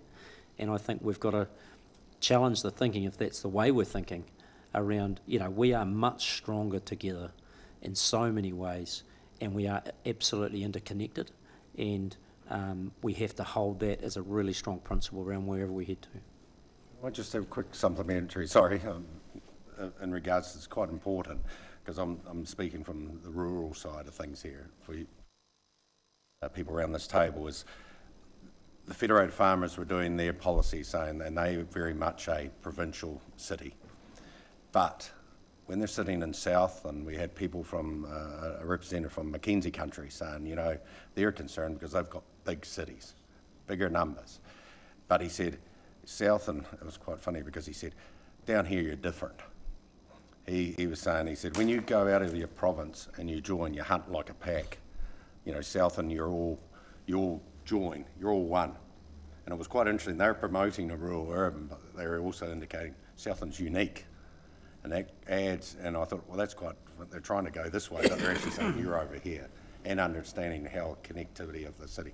So they have a national policy, but they know there's a uniqueness in here in regards to the agriculture, how we're all connected. So I just want you, you know, when you're making these decisions, understand that we are very, very connected. And there's a big silent majority out there not saying a lot, and they're just happy to, they're probably thinking we'll make the right decision. So I'll leave it at that. So Cyril, you got a question or a comment? Sorry. I've got your name here, so you're got to speak now. I'm half asleep. Sorry, Jane. Just on a question on our rivers. Could anyone tell me how they are, please? You know, like are they? Because I remember 37 years ago they were able to swim in them all. Can you do that now? Yes.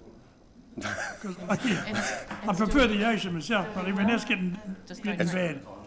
But it's just to what you were saying, bro, and I just thought the rivers, they are very important to all of us. Of course they are. And when you're going out to the beaches, seeing that river out there is just disgraceful. You know, everything out here in that harbour, out here down here, you know, by the Reedy Beach, Reedy. And I just wanted to know, do we have anything on the rivers and how they are today compared to 30 years ago? Are we getting any better or are we getting worse? Bro, just looking at me. I'm looking at staff. Where's my staff? I'll be up front. Yeah, we have, and these are issues that aren't going to go away. And they have not, I would say, if you're looking at a 30-year channel, they have not improved. They're degrading. And we've been pretty straight up where there are issues and how we want to work with the community to stop those trends of degrading. And we obviously over that period, 10 years in the making, still in the making, in the water and land plan, trying to sort out some rules and regulations around that. I would say that there would be probably some places that the degrading has slowed, not stopped, but there are other issues, and the Gore water supply was a classic. It's really come a local issue around the high nitrates in there. But the powers that be, we had a plan change to a Tuatahi plan change that was going to come into effect, set limits, and that would have regulated a bit more where areas needed to get and that was working with iwi, a 25, 30-year sort of line of sight of trying to sort some of these issues out. Well, the knowledge of the government said that was a bad idea. Stop doing any plan changes. Now, we would have been in probably 2 years into that, in a 3-year cycle of actually getting the community to sort this out. We're all go, and they said stop. So we've got our hands tied, and if anything, I'll make a point that it will be there'll be less regulatory control over that if this government has its way, and I've been quite blunt about that. I just see a guy, sorry Mr Mayor, that was had up the other day, but he's been had up a few times for doing the same thing on the land and in rivers and all that sort of thing. Why is he still allowed to do that? Yeah, is that the one down, the prosecution, the court case, the Tokanui down that direction? Yeah, well, there have been questions asked. I better watch what I say. Yeah. But it's not impressive anyway. Yeah. So I think your point you're making, Cyril, is that, you know, catchment management and control of water quality and so forth has got to be at the heart of what we're thinking about and how we govern ourselves.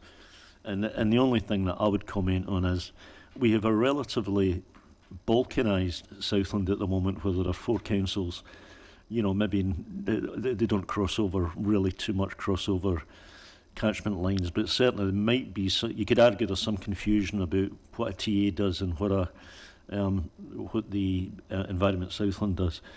If there's room for confusion, then having 4 entities jostling in a single space probably makes it more likely to be confused than if you have just one that's managing the whole thing. At least you know then who you can go to and poke in the chest and say what you're doing about it, because there's just one, right? There's a single accountability. But anyway, okay, thank you. Trish Boyle. My question's been asked. It was Andrea's question about local boards and the planning. So I don't need to have any more, thank you. Okay, thank you very much. Rebecca, where are you? Kia ora. Okay, yep. Hi. I was just going to circle back to thank Grant for his overview of what the working group has been working on and where you've got to with that. That's really great to hear, because that's sort of the first time we're hearing and understanding those matters. So thank you. We talked a lot about connection and all being connected, and so I just was wanting to reinforce that is some of the matters that we have raised with the Local Government Commission on behalf of Papatipu.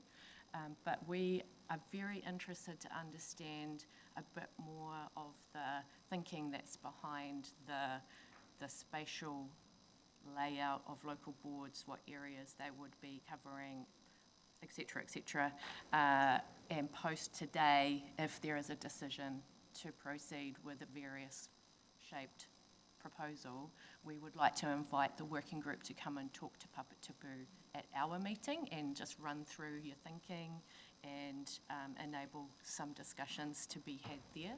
So I just wanted to put that out there. And we'll definitely take you up with that on that.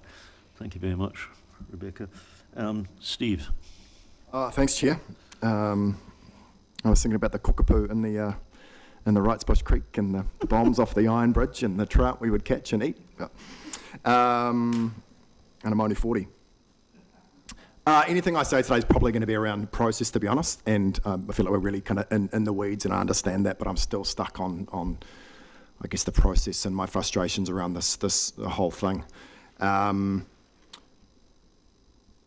You know, because our role here is to make sure that we're making the best decision for our people, that their voice is heard, and that we're setting our region and city up for future generations in the best way possible. And so I have real frustrations around the Head Start process, and I've got lots of notes on that. But I was just wondering, I guess around the decision today, I am jumping to the recommendations, I'm not moving anything, but just wondering the rationale of placing agree, disagree to developing the Head Start proposal, why that's sitting at 14 versus maybe 8, because for me it's the most significant decision that we're making today, whether to move forward with the Head Start process versus allowing another process that is at play, the Local Government Commission process, to run its course. I've certainly got opinions around what a strong Southland voice looks like towards a government that is, you know, forcing our hand. I believe we do have a decision here, we do have a choice, and we do have a voice in this. So I'm just, that I guess 14 recommendation sits at the back end of a raft of decisions that would not be continued if that was moved to 8. That was moved to, yeah, you've actually confused me a little bit, Steve. Oh, okay, so the decision I'm confronted with today is, are we pushing through as a council with a proposal, even in draft form, towards a Head Start process versus allowing our Local Government Commission process I was just confused about the numbers 8 and 14. Where did they Oh, come from? yeah, Is that sorry, the paragraphs in the Yeah, so there is report? noting up to 7. I think 14 is a significant decision that would inform the others today. So I'm wondering around the placement of that and what the rationale was. It is a question. So you know, we have to make that decision, and I think when we get to that point, we can debate the two options: a Local Government Commission or else putting in a Head Start proposal. But anyway, we'll come back to that. Councillor, sorry, Michael. Through yourself, Chair, Council, we'll talk through that when we actually present the report, which we'll do after we've had this kōrero. So we'll cover that as staff in relation to our feedback. So this has been a long beginning, right? But fundamentally, what we're doing is this kind of beginning. We've not even had the staff report yet, but we'll do that shortly, and then we'll come to talk about exactly what you're talking about. So, Councillor Stewart. So at the moment we're talking about local democracy and the working party's work. I realise that Grant's heading the local government group there. I'm a bit concerned that STC and the Gore District Council aren't in these discussions today. There's no one here. Is there a reason for that? Were they not invited? Or? In terms of, this is a council meeting, so it was councillors plus Environment Southland, because Environment Southland's got a regional accountability. Mana Whenua, because they have got a regional accountability through the Forunaka. I'm kind of assuming that the members of the SDC and Gore who are on the working party were invited, were they? Yep, they were all invited, but they couldn't. Yeah, so they were all invited, apologies. but separately SDC and Gore as and SDC's councils were not invited, but the individuals who are on the working party were invited. Yeah, but obviously haven't come. Ewan. Yeah, so I suppose to answer Jeremy's question for a start, in respect of the working group, or the working party, so there was consensus around the principles and where we've landed around some of those recommendations. Where we couldn't get consensus, obviously, is around the number of the unitary model. So, and that's I think quite obvious in the letter. To Councillor Broad's point, I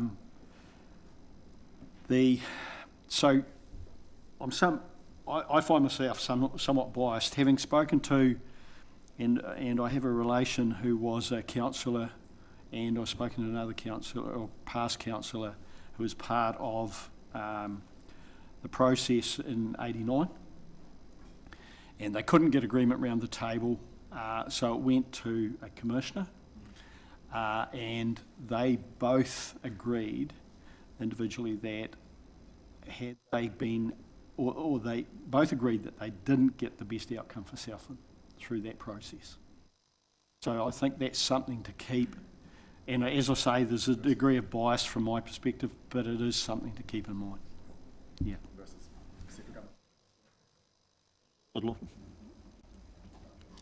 I'll save my ever-evolving ponderings on the Head Start proposal for later, but for the group that's reported back and from the korero we've listened to this morning, I think the greatest challenge that we face is where we sit within our traditional delineations.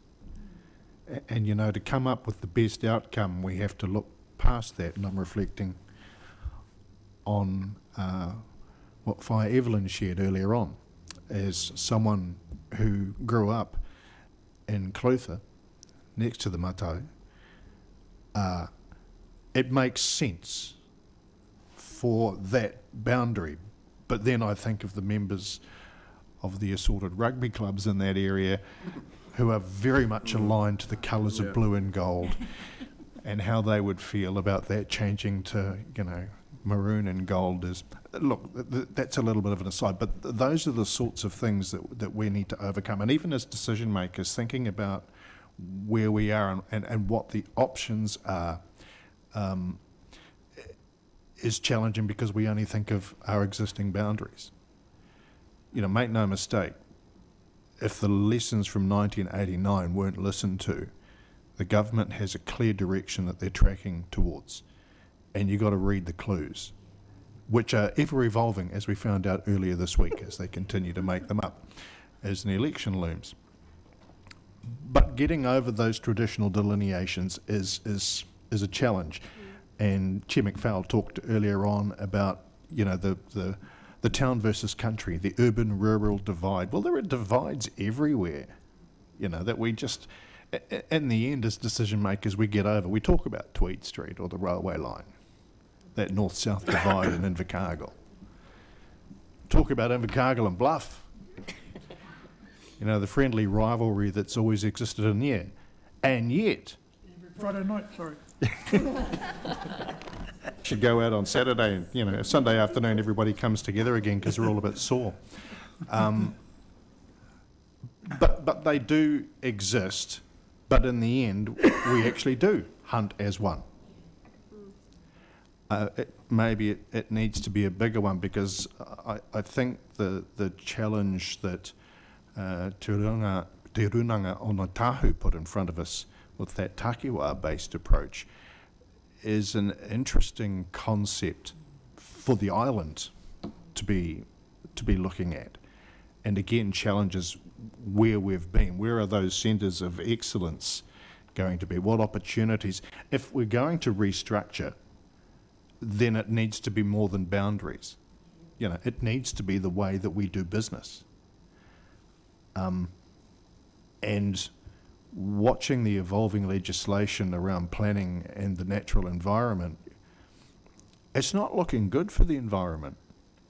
And that's my overriding concern. You know, one of the clear things that came through from the forum that Environment Southland organised last week, and thank you very much for doing that, was that all those table discussions, everybody came up with the same concept, bearing in mind that they weren't all regional councillors. It's those core functions that are based actually on the river catchments, because that's how the boundaries are drawn up, were valued and need to be protected. I think as communities the concept of local boards with more authority works. But we still, all of us from the Matahu South, need to get over our traditional thinking a little bit. That's where I'm sitting, just around delineations, and I throw that at you for what it's worth. We'll get stuck into Head Start a little bit later on, because where I sit now might not be where I sat a couple of weeks ago. And that's called listening. Thanks, Mayor Campbell. Councillor Demity. Yeah, thanks, Mayor Campbell. Just wanted to go back to a couple of conversations around the water. You know, I think that exemplifies the approach that we should be thinking about, where if we take water as, you know, only in our immediate zone as our concern, we lose sight of the importance of, you know, how the system works. And so we need to take a regional approach to it. And it's everybody's responsibility to take care of that resource. And if we all individually work to a collective good, we will get the outcome we desire. If we look at only looking after ourselves or having a very insular view of water, we will not get to where we need to get around that resource in our community. Councillor Crockett. Thank you, Chair. I think it's really encouraging that we seem to have really general alignment on the future of One Southland in the room, albeit with Environment Southland as our partners and Mana Whenua as our partners, and I guess what the shape of that looks like. But for me, the principal problem at the moment is that we have two different pathways. One is legislated, and the other one's a bunch of press releases and a few documents. One is, and two decisions. One is made by the people, and one is made by the people in this room and the cabinet.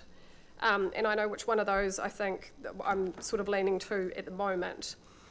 We're on a deadline that's set by government, and that government might not actually be here to mark that homework.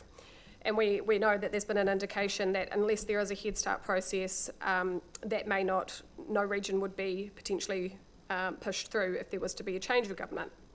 So until it's law, and legislated for, it's not actually law, and we are being asked to spend ratepayer money betting that it will be.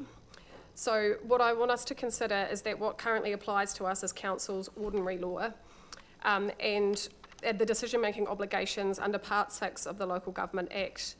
And really, that is the chunk of the Local Government Act that governs how councils make our decisions and when we should consult. So what I want, my question, so I am getting there, my question around that is really the staff's advice, because we've had 90 responses to our survey, and I just do not think in a regional district of 100,000 people that 90 responses satisfies our own significance and engagement policy to make a decision of this magnitude.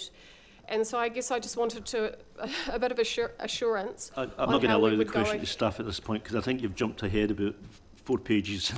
I mean, we'll come to that in a little while when we're debating whether we go Head Start or... I mean, at this point, we're still kind of working through the local democracy, and then I'm going to move on then. So all the questions, I know we've drifted, but all the questions I'm trying to take are in respect at the moment that the local democracy working group and, you know, the local boards or community boards or whatever. And then after that, we're going to start on the staff report, which is going to then come to that debate. So you've kind of jumped ahead a little bit, Alex. So I mean, I'll let you finish, but I just don't want the staff to get into that debate at the moment until we come to that in the agenda. Okay, Reverend Evelyn Cook. So, anticipating that I might be one of the later speakers in the thing and not committing us to anything in particular, but there's a few things that during the conversation that we've had today, I'd like to pick up on that we have been thinking about or that have come to my mind as you've been speaking. Obviously, we started the week thinking that we were going to come and talk with you about mana whakahono a rohe, and Minister Bishop put a stop to that. The Charter as it exists is still going to be important, whether it is still a 7-council Charter. What that looks like in the future is the unknown that we are going to have to address. We may have to have 2 charters. We don't know that. We don't know with whom. We don't know what the shape will be. But I guess what we are seeking in all this process, whatever decision you come to today, is that the ongoing commitment that you made last year to iwi, that the way of working together meets to the best degrees that we can the needs of all the parties. We would like to see that relationship continue, which means we're in the room at the beginning, not halfway through. There's some co-design elements in there, which brings me to the next point. Words are really important, Mr. Mayor. Whilst takiwā may make you uncomfortable and centres of excellence may actually make you feel more at ease, takiwā is actually legislated. It's here. It's not just here in the Crown's apology to Ngāi Tahu in Te Reo Māori, it is there in English. So whilst some people may be uncomfortable or not fully understand what it means, for us, it exists in law. It's important to us because it says where we're talking about. Now, there can be the bigger takiwā of Ngāi Tahu, which includes the 18, or the smaller takiwā of Southland, which includes the 4. But the centres of excellence, I think, is a way of working that is not the takiwā. It's within the takiwā. So it might be your HR office or whatever you want to call it, but the takiwā is not a centre of excellence. It is where we live and work. So words are important. And just to address my chair's concerns about the state of rivers and the sea, people who have sat round this table with me occasionally heard me get growled at because I talked about the parts of the Oreti that did not come within the purview of Invercargill City. And more than once, I got scolded for it. But this is why I raised it, because down at this end of the river, as the law currently exists, as the arrangements for territorials currently exist, we have no control over what happens where the river rises. And it runs through all those towns and cities and farms and places. And everybody who sits alongside it, who likes to recreate, perhaps not swim in it like I did as a child, and even at the bottom, not fish in it as I did as a child, but we all know that it is not as we would like it to be. This, whatever we decide going forward, has the power to make a big change in that. It's not going to be instant. It didn't deteriorate instantly. We have considerably enhanced the speed of deterioration over the last few years. But as Chairman Jeremy said, there are mechanisms, there are tools. This will become the role of the new being. And we must, however we come to that place, make sure that we empower and give our full commitment to that, because that is the promise that we are making to our grandchildren's grandchildren. Not to do what we did, to be more considered than 1989, to not, Clutha manages to support the Highlanders. Councillor Ludlow, that is the only reassurance I can offer you. As an absolutely passionate and dedicated Stags fan, I do manage to overcome that and celebrate the Highlanders, but not the Crusaders. Sorry, Mr. Chair. But anyway, wherever we go, wherever you go, as long as what we take forward as people who are passionate and committed to this place, we do it together with the idea that the voices that we're taking forward are the lessons learned from the past and the aspirations that we have for the future, not for ourselves, because most of us won't be here to see what that looks like, but for our children's children, their children, because what we decide today is actually what we are leaving to them. And on that basis, we look forward to what you're deciding today, advancing the conversation that we are all going to have together over the next few days before whatever the final decision is to Head Start or not. And can I say just one last thing? As someone who has been spending extraordinary amounts of time on the Local Government Commission part, which was considered and leisurely, comparatively speaking, and no less work intense for our poor staff, can I say that this week has been one of the most torturous weeks of my life, and retirement does not look the same as it did last Sunday. I wish you the best of your deliberations. I will stay as long as I can to listen, and obviously here is a resource, but we have made no decision. You have heard what Te Rūnanga has considered. Obviously, they're also developing and deepening their conversations as they learn more, as they get more input from us, as they get more feedback from Crown. Please don't let any minister have a bright idea in the middle of the night tonight. But if we can't work together, those of us who have sat around tables together over many years, if we can't work together to help bring an understanding to our wider community, that's going to be the hardest thing, because there are so many people out there who do not listen and do not read the reports that we see. We have got to find effective ways, as Jeremy has said, to bring an understanding that is relevant to somebody on the banks of the Pomahaka or the upper reaches of the Oreti, or sitting in Milford Sound. We've got to be able to reach those people as well as ourselves, because otherwise we are setting up 1989 all over again.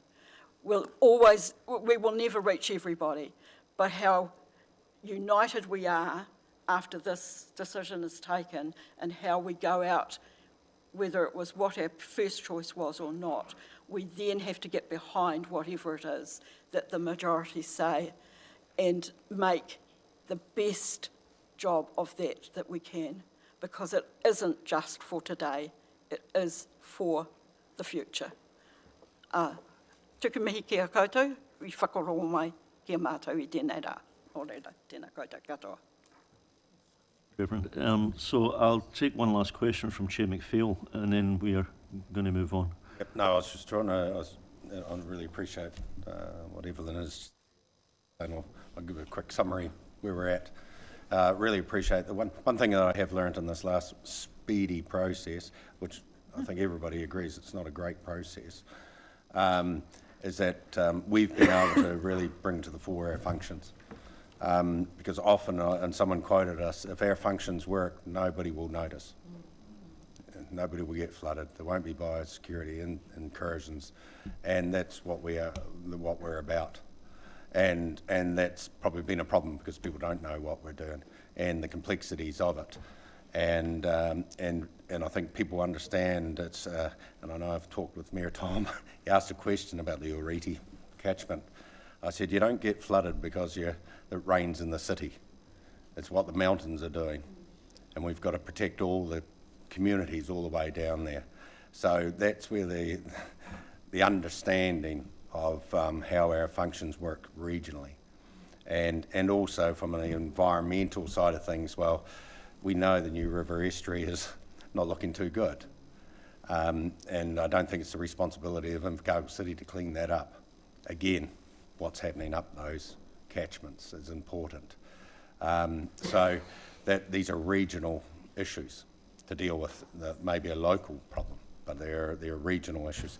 So we really think at the end of the day, we support a process or an option that really underpins our functions.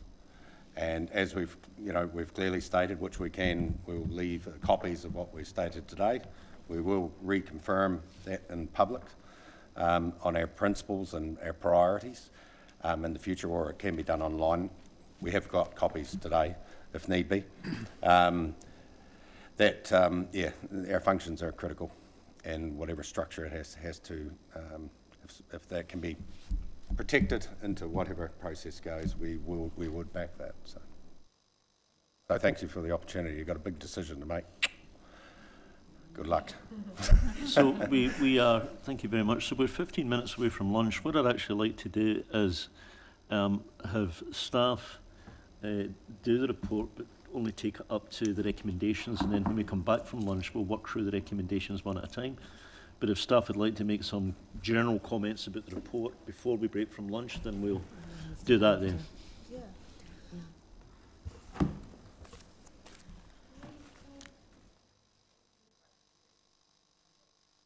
Right.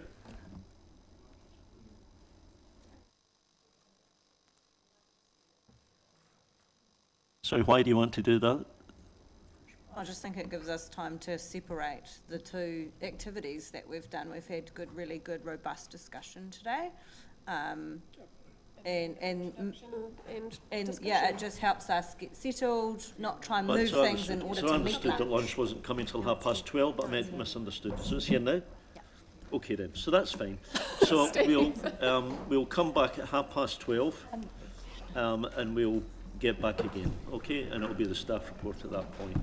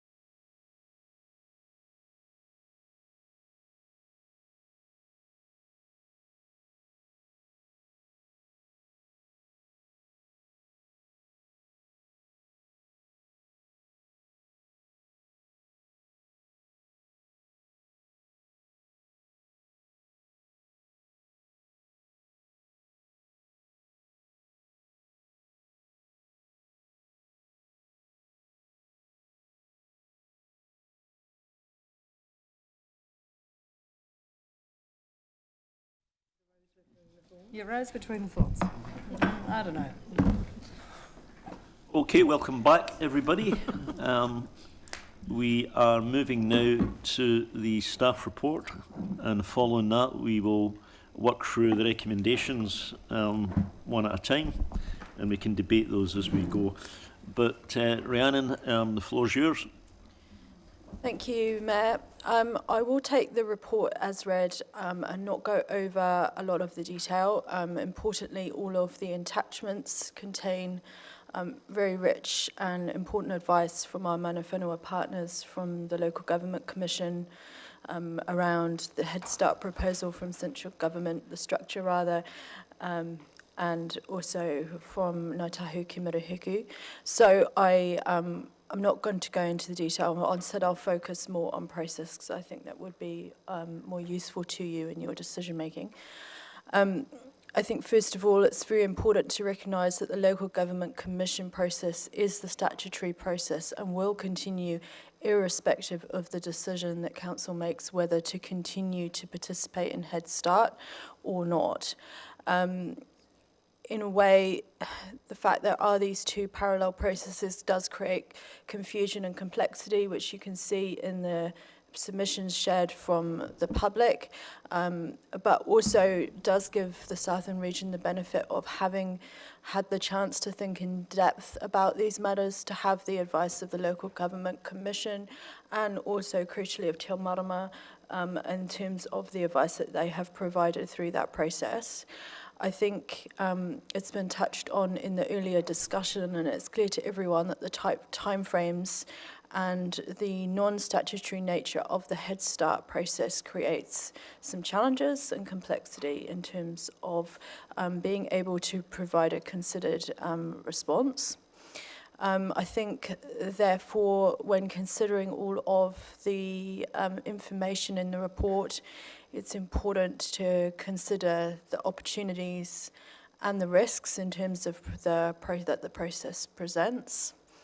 These are covered in the risk table at the conclusion of the report, which speaks to the process rather than any actual outcome of the local government reform itself.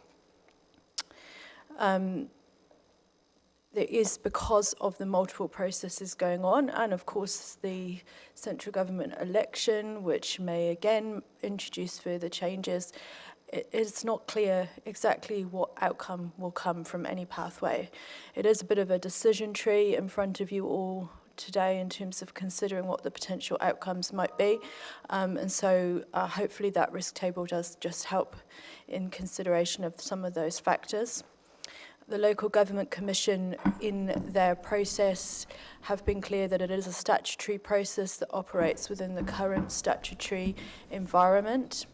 In terms of the way that I have structured the report, while this is about the Head Start process, I have also included all the advice from the Local Government Commission in terms of including the pros and cons of the options that they have selected and will be consulting the community a bit further about. Speaking to Councillor Broad's question around the order of the structure of the recommendations in the report, this was something we did consider exactly the question that you've raised. Local Government Commission are seeking feedback from each of the councils around the options that have been presented. So on balance, it was felt that it was useful to have an in-depth debate around the options and the items for consideration, irrespective of whether the ultimate decision that you all make today is to continue in the process or not. Because the Head Start process is a non-statutory process, and the guidance from the DIA, which of course now is also part of MCERT, has been fluid through that process. They have noted in guidance, for example, that while the process was set up requesting that submissions be made on behalf of 2 or more territorial local authorities, they have also said they would receive submissions from those councils that didn't achieve that. It's important to note that at this point in the process, we have not yet received any confirmation from either Gore District Council or Southern District Council of intention to join in the Head Start proposal. In terms of the approach that Council has taken, the Mayor and the Chief Executive wrote to each of the mayors and chairs and chief executives of the other councils, as well as the Papatipu Rūnaka, inviting them to participate in this process in the way that they saw fit, recognising that timeframes are very tight, and that each council needs to consider this matter separately, but also think about how we can collaborate. So it is very much a moving feast. The report itself includes a range of different pieces of advice from various organisations, as well as the feedback from the community. I think it's really important to note that it has been a very tight timeframe. We have not gone out for the whole month, which we normally would do for all consultations, simply because time has not allowed. I think that there is also considerable community exhaustion over this topic because Local Government Commission has commenced, and each of our regional territorial local authority friends are also consulting on this matter. I think the community interest is high, and there is a range of advice and guidance from the submissions. We did note at the time of commencing the consideration of Head Start that the Local Government Commission process has put Southland in a stronger position in terms of already having a good range of community engagement, and that is also attached to this report. So I think in terms of my final point before you consider this matter further, the proposal itself is a two-stage process. So first, a high-level proposal would need to be submitted, and the amount of information within this report is intended to support you in that kind of consideration. There are 5 criteria that the central government is looking for, and each option has been considered against those 5 criteria. They note within the guidance, and it is of course obvious within any complex decision of this nature, that there are essentially trade-offs to be made between those outcomes, as well as mitigations for particular risks. That is important to consider as we come into this next stage.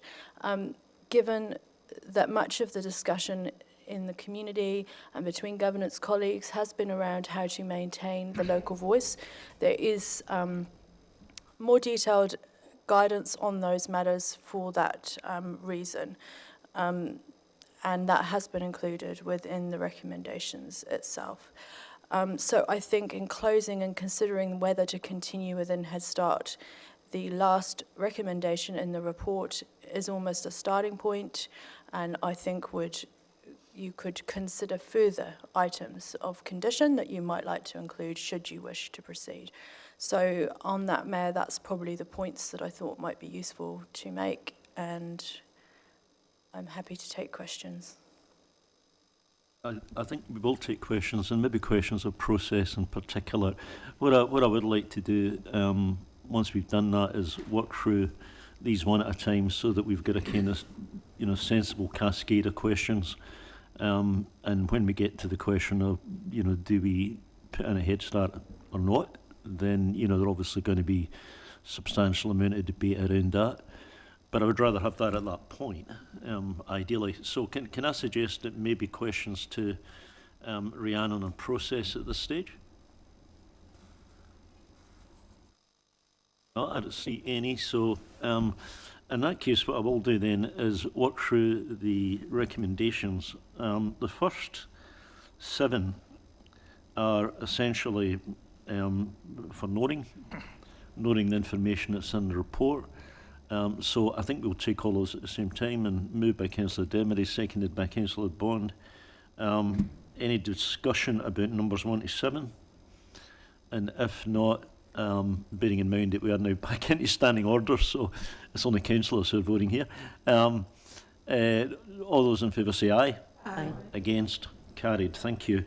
So question 8 gets into the substance of it. We are asked either whether we have a preference, and the word is preference, whether we have a preference for a single unitary authority at One Southland or a 2 unitary authority for the Southland region. I'm going to move. We'll move and take a second and then we can debate. So I'm going to move A. Will someone second A? Thank you, Councillor Dermody. So it's open for debate. Councillor De Vries. Yes, sorry, Mayor Campbell, I think I've probably got in a bit too late here, but I just wanted to refer back to Councillor Broad's question that was earlier in the day around actually should we not be discussing number 14 first, and the following would be the principles of if we were to agree to develop a Head Start proposal. No, I think we'll take it in the order that they're there at the moment. There was a lot of thought went into what order we should put them in, you know, so that we are actually doing things in a logical way that provides guidance to staff about where we are. So there was a lot of thought went into it. It's not kind of random. There's a lot of thought into what order we should be doing things. I prefer to stick to that order as the chair. Okay. Just querying the logic behind that, though, because it really is quite clear that if there was a decision not to develop a Head Start proposal, then the prior recommendations would become relatively redundant, and therefore, if we are to progress those ones first, then we're committing ourselves to something that we may not actually eventuate. So it's contrary to the resolutions themselves. Okay, hear what you say, Councillor. Who have I got? Oh, Michael.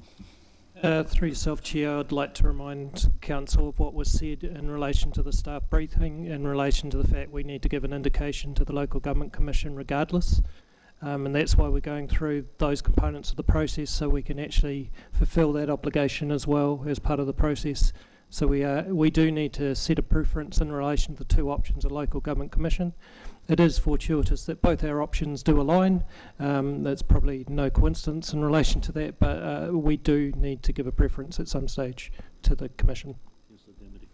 Yeah, I just was going to make the point that the SE's made around that. It's really important we do give direction irrespective of the Head Start question at 14 to the Local Government Commission and everyone else around what our position is on the questions raised in the recommendations.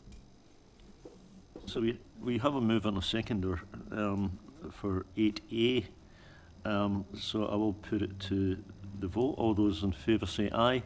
Aye. Against? Okay, so it's carried unanimously. So 9 becomes redundant.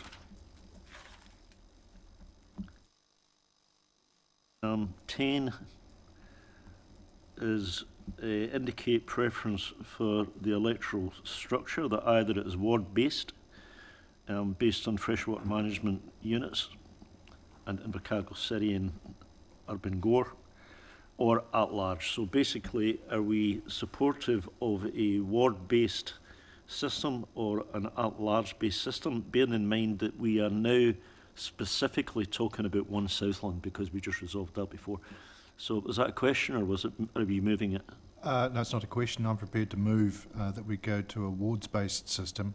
And the rationale for that is the feedback under all proposals that's come through loud and clear from people who've reached considered opinions and those who haven't, is that they want a local voice. And a wards-based system for an authority of that size can only work and provide local voice if it's wards-based. I'll second that. Yeah. Just got a question on that. Question?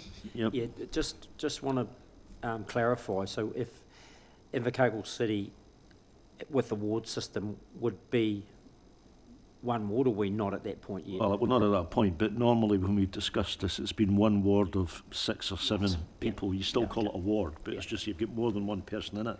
If you use the ward structure that the regional council have currently, yes, you've got several representatives for this Yeah, ward. I just wanted to add that colour to it. Yeah, thank you. Mr. Crockett.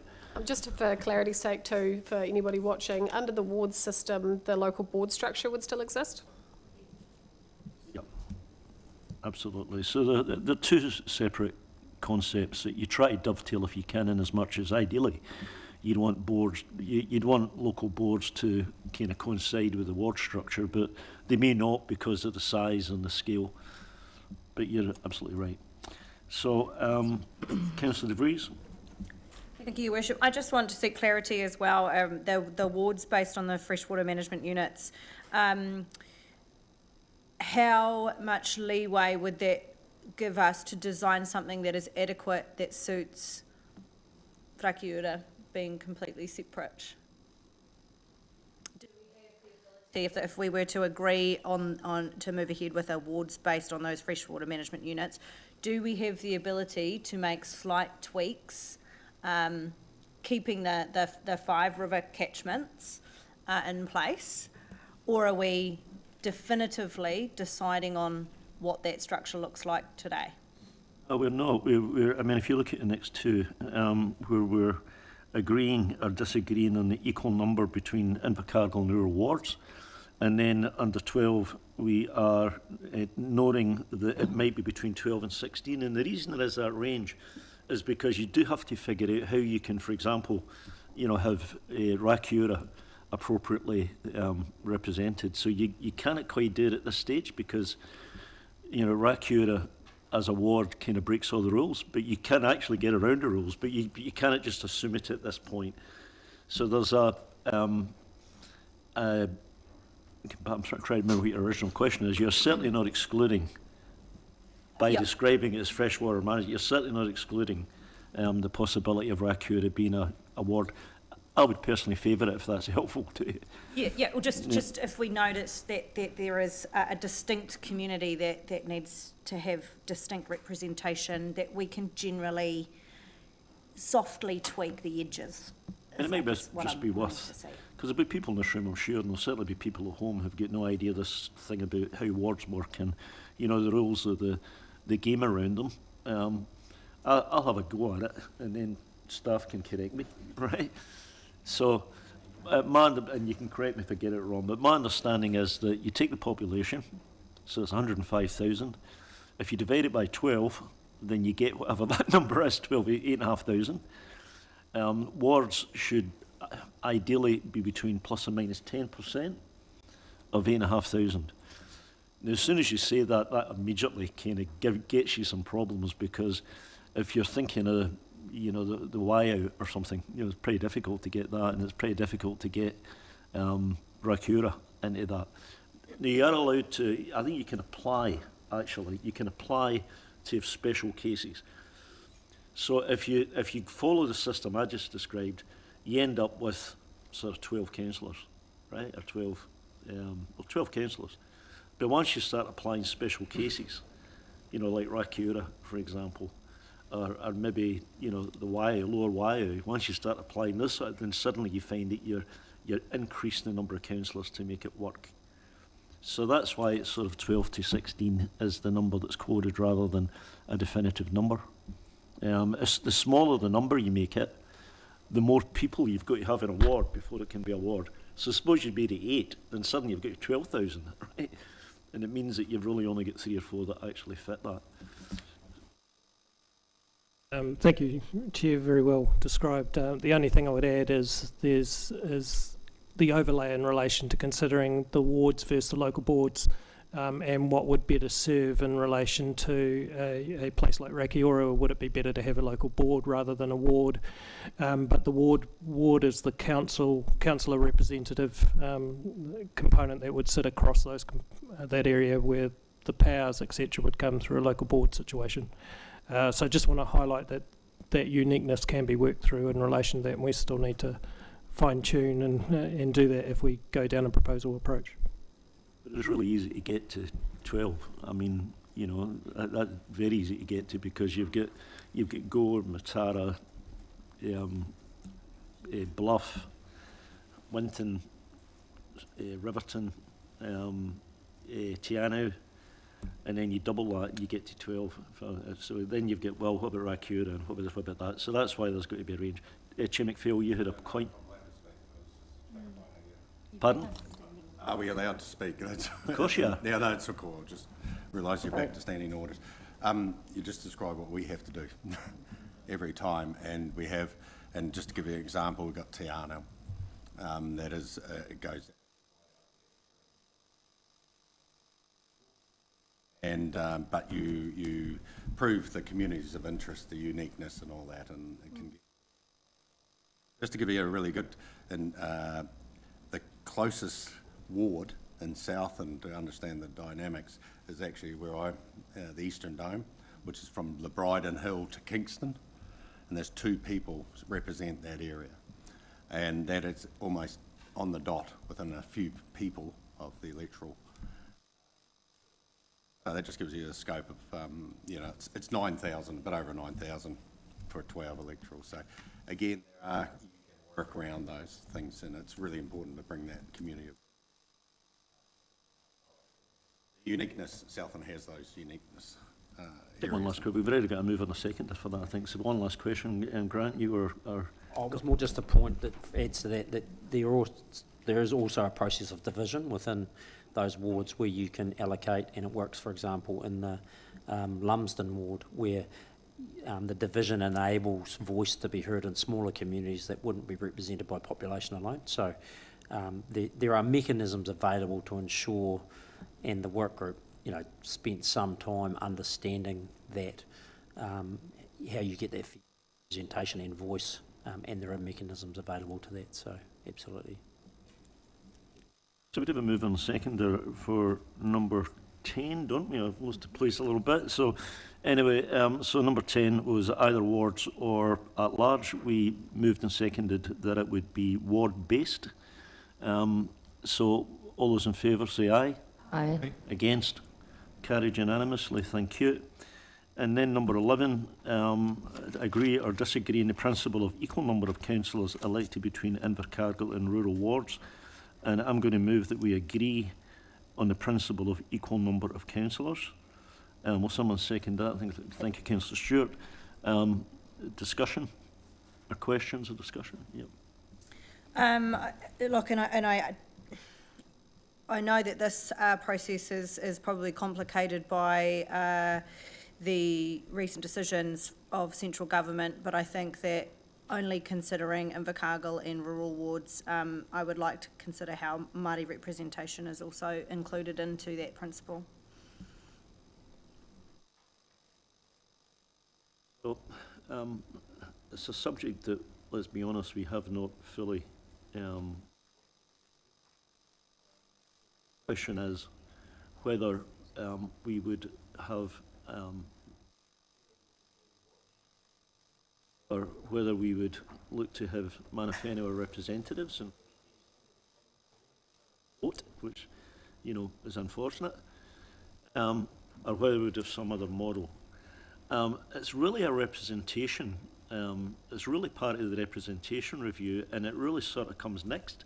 Difficult though that is not really our call so much at this stage. It'd be part of a representation review that would, you know, follow this in terms of how would it work for One Southland.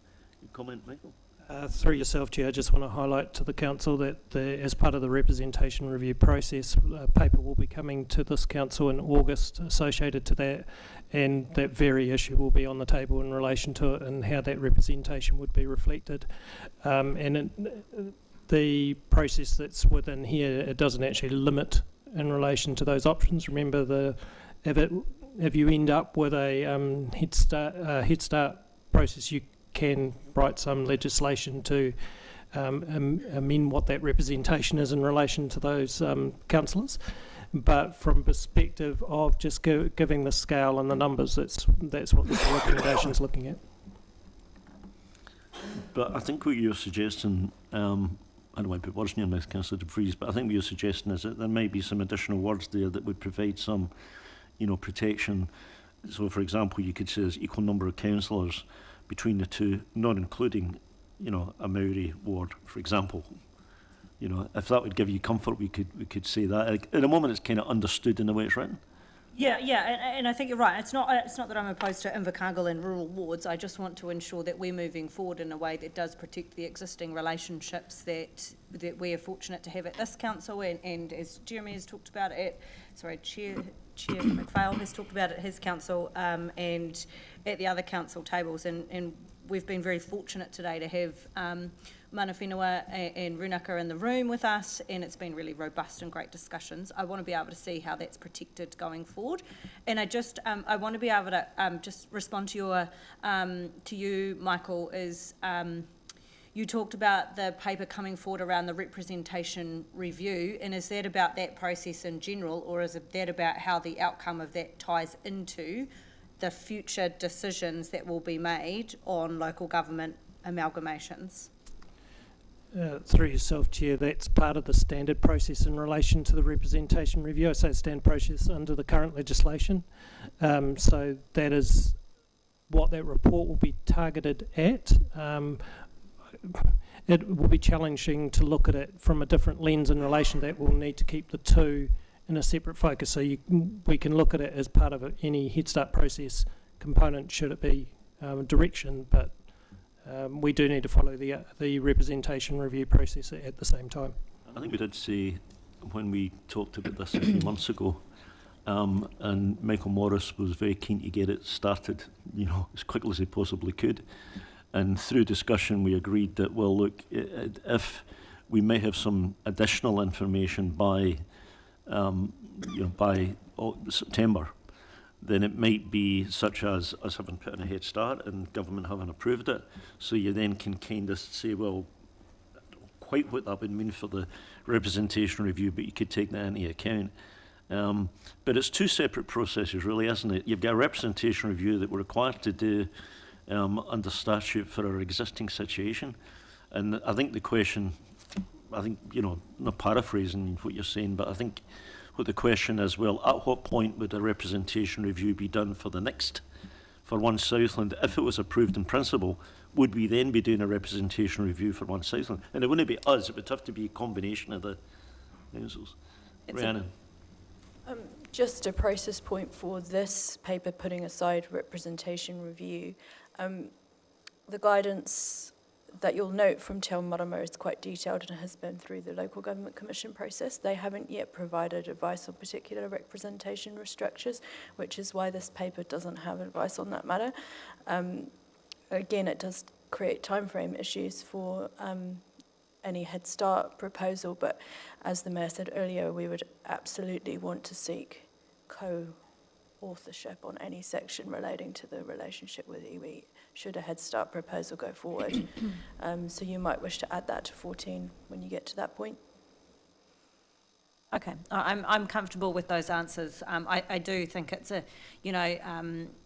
this is the issue that we have with amalgamation, is that we're still being legally obliged to carry out business as usual council mahi for things that may not exist come 2028 when those decisions are to be put into effect. So it's just a knee-jerk reaction.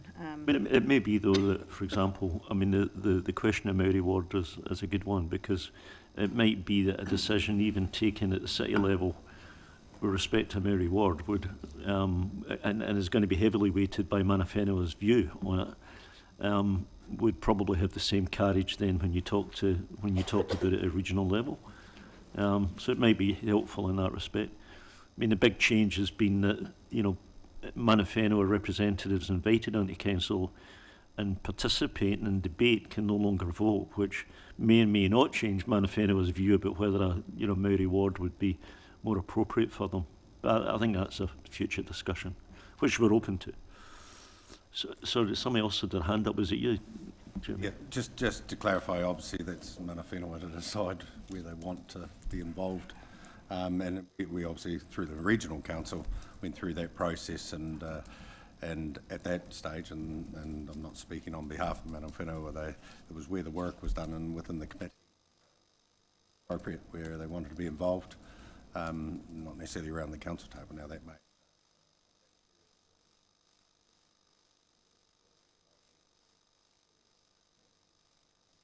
Partnership. Rebecca, you came forward very meaningfully there. Were you want to say something? I was just providing a little bit of advice to Evelyn in case. Thank you. I will speak, yes. The question was around providing for the opportunity to desired by Mana Whenua, and what are the options and what are the thoughts. And so our response would be, we haven't had that opportunity to have that discussion with the council, and we would like to see where the council gets to today, and then have our opportunity to discuss a bit more detail around what that might look like and provide that feedback before the 6th of August. So that if there is a position we'd like to put forward into this space, we're able to do that in an informed way based on the decisions that. No, we haven't been asked specifically to provide advice around that. Advice provided through the Local Government Commission provide into this space, but for all of us, the timeframes are extremely they create a significant barrier to meaningful participation and contribution, which we've been discussing already today. So we would like to, but we will do that after the decision. I think sometimes, you know, sometimes the expression is used that if you lock people in a room without dinner, you know, they'll come to a decision pretty quickly. And I mean, this is figuratively a little bit like that, isn't it? We've got a fixed date. We've got to make some, we don't have to, but we can make some decisions. I don't know that it means necessarily that by making a decision, you know, at pace, means it's any less good a decision. I mean, it can actually be helpful to force the pace. So I think we've got a couple of weeks where we can start to, and it really focuses in mind, having a date, right? We can really start to put some flesh in the bone of that question that you've just talked about, Rebecca. Michael, you were going to say something. Just to clarify, Ngāi Tahu, Te Runanga o Ngāi Tahu have presented on their 4 principles. And what Whakatipu would like to do is to refine the takiwā-wide principles which have been discussed to principles that Whakatipu at place would like to see. So there is a requirement and an at place expression of that. So we're hopeful that we are, you know, able to come to that.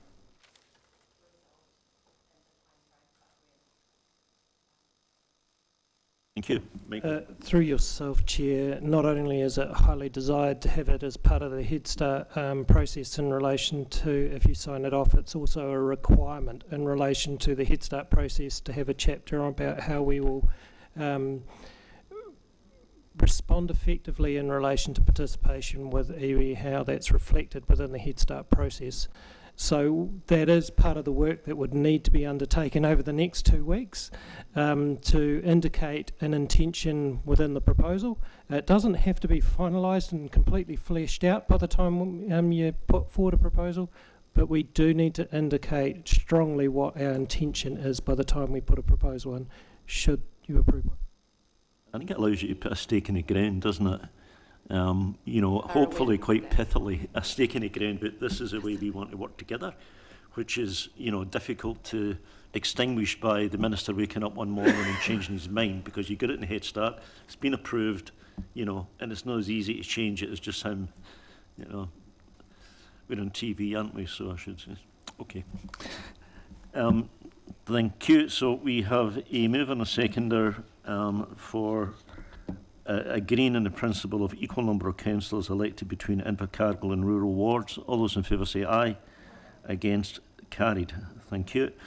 Number 12 is for noting, and that, I don't know if anybody, I'm quite happy if anybody wants to comment on that, but the 12 to 16 is really just based on, you know, if you kind of look in any one of you, say, yeah, there's one there, one there, one there, one there, one there, and you get to 12 pretty easily. But then somebody says, well, wait a minute, what about Rakiura, right? And wait a minute, what if we've got a Maori ward, right? So that's why it's got to be a range. You just cannot, at this point, absolutely fix the number. Any discussion on that matter? Okay, and that's moved. Is there a second for, thank you, Councillor Boyle. All those in favour say aye. Against, carried. Right.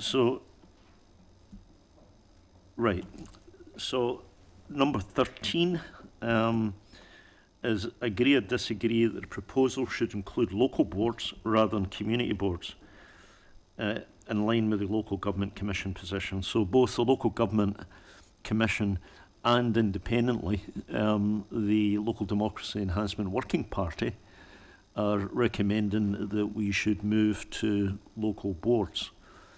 And as everybody knows, but it suffers nothing for restating. The difference between them is that local boards have more authority. Those authorities are protected in statute. They are not at the whim of the council, as community boards are. They have their authorities by right. And, you know, to me, that makes them a much stronger proposition than Ray. Yes, I've come into this meeting today with an open mind, and I've listened to a lot of debate about it round about it today, and I'd probably personally be walking out of this room today saying that, without talking to the rest of the community board members, but I would personally support a one council for the whole Southland district. I would support wards, and I definitely would support local boards rather than community boards, and rather giving a bit more power to those people to determine their future and their destination. I think it's a very positive area, and like again, I'm just saying it's my personal view, and further discussion needs to take place, because again, it is it's a discussion that you know, if you get the rest of the councils on board, it's going to be held throughout the Southland province, because there is, you know, regardless what people say, I've been around long enough. There is a townie versus Country. Rural, you know, and it's split. There is, and I think to get them on side is you know, there's going to be a bit of a battle there, and there's going to be a lot of discussion.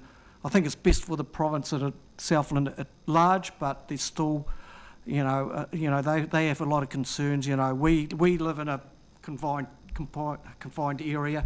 They're out there doing farms and forestry and whatever, and outlook at life for them is a wee bit different from us. We're sort of more sheltered, and it's going to be a difficult process, because you got to look at it as they'll look at that. You know, we're going to lose a say around the council. It's how you're going forward. It's how the council is progressed, and it'll be a difficult time, but it's the right way to go. Yeah. So I'm going to move then that we agree that the proposal should include local boards.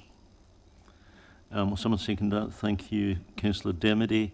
Is there any other discussion? We're just saying you're allowed to look this way too. Pardon?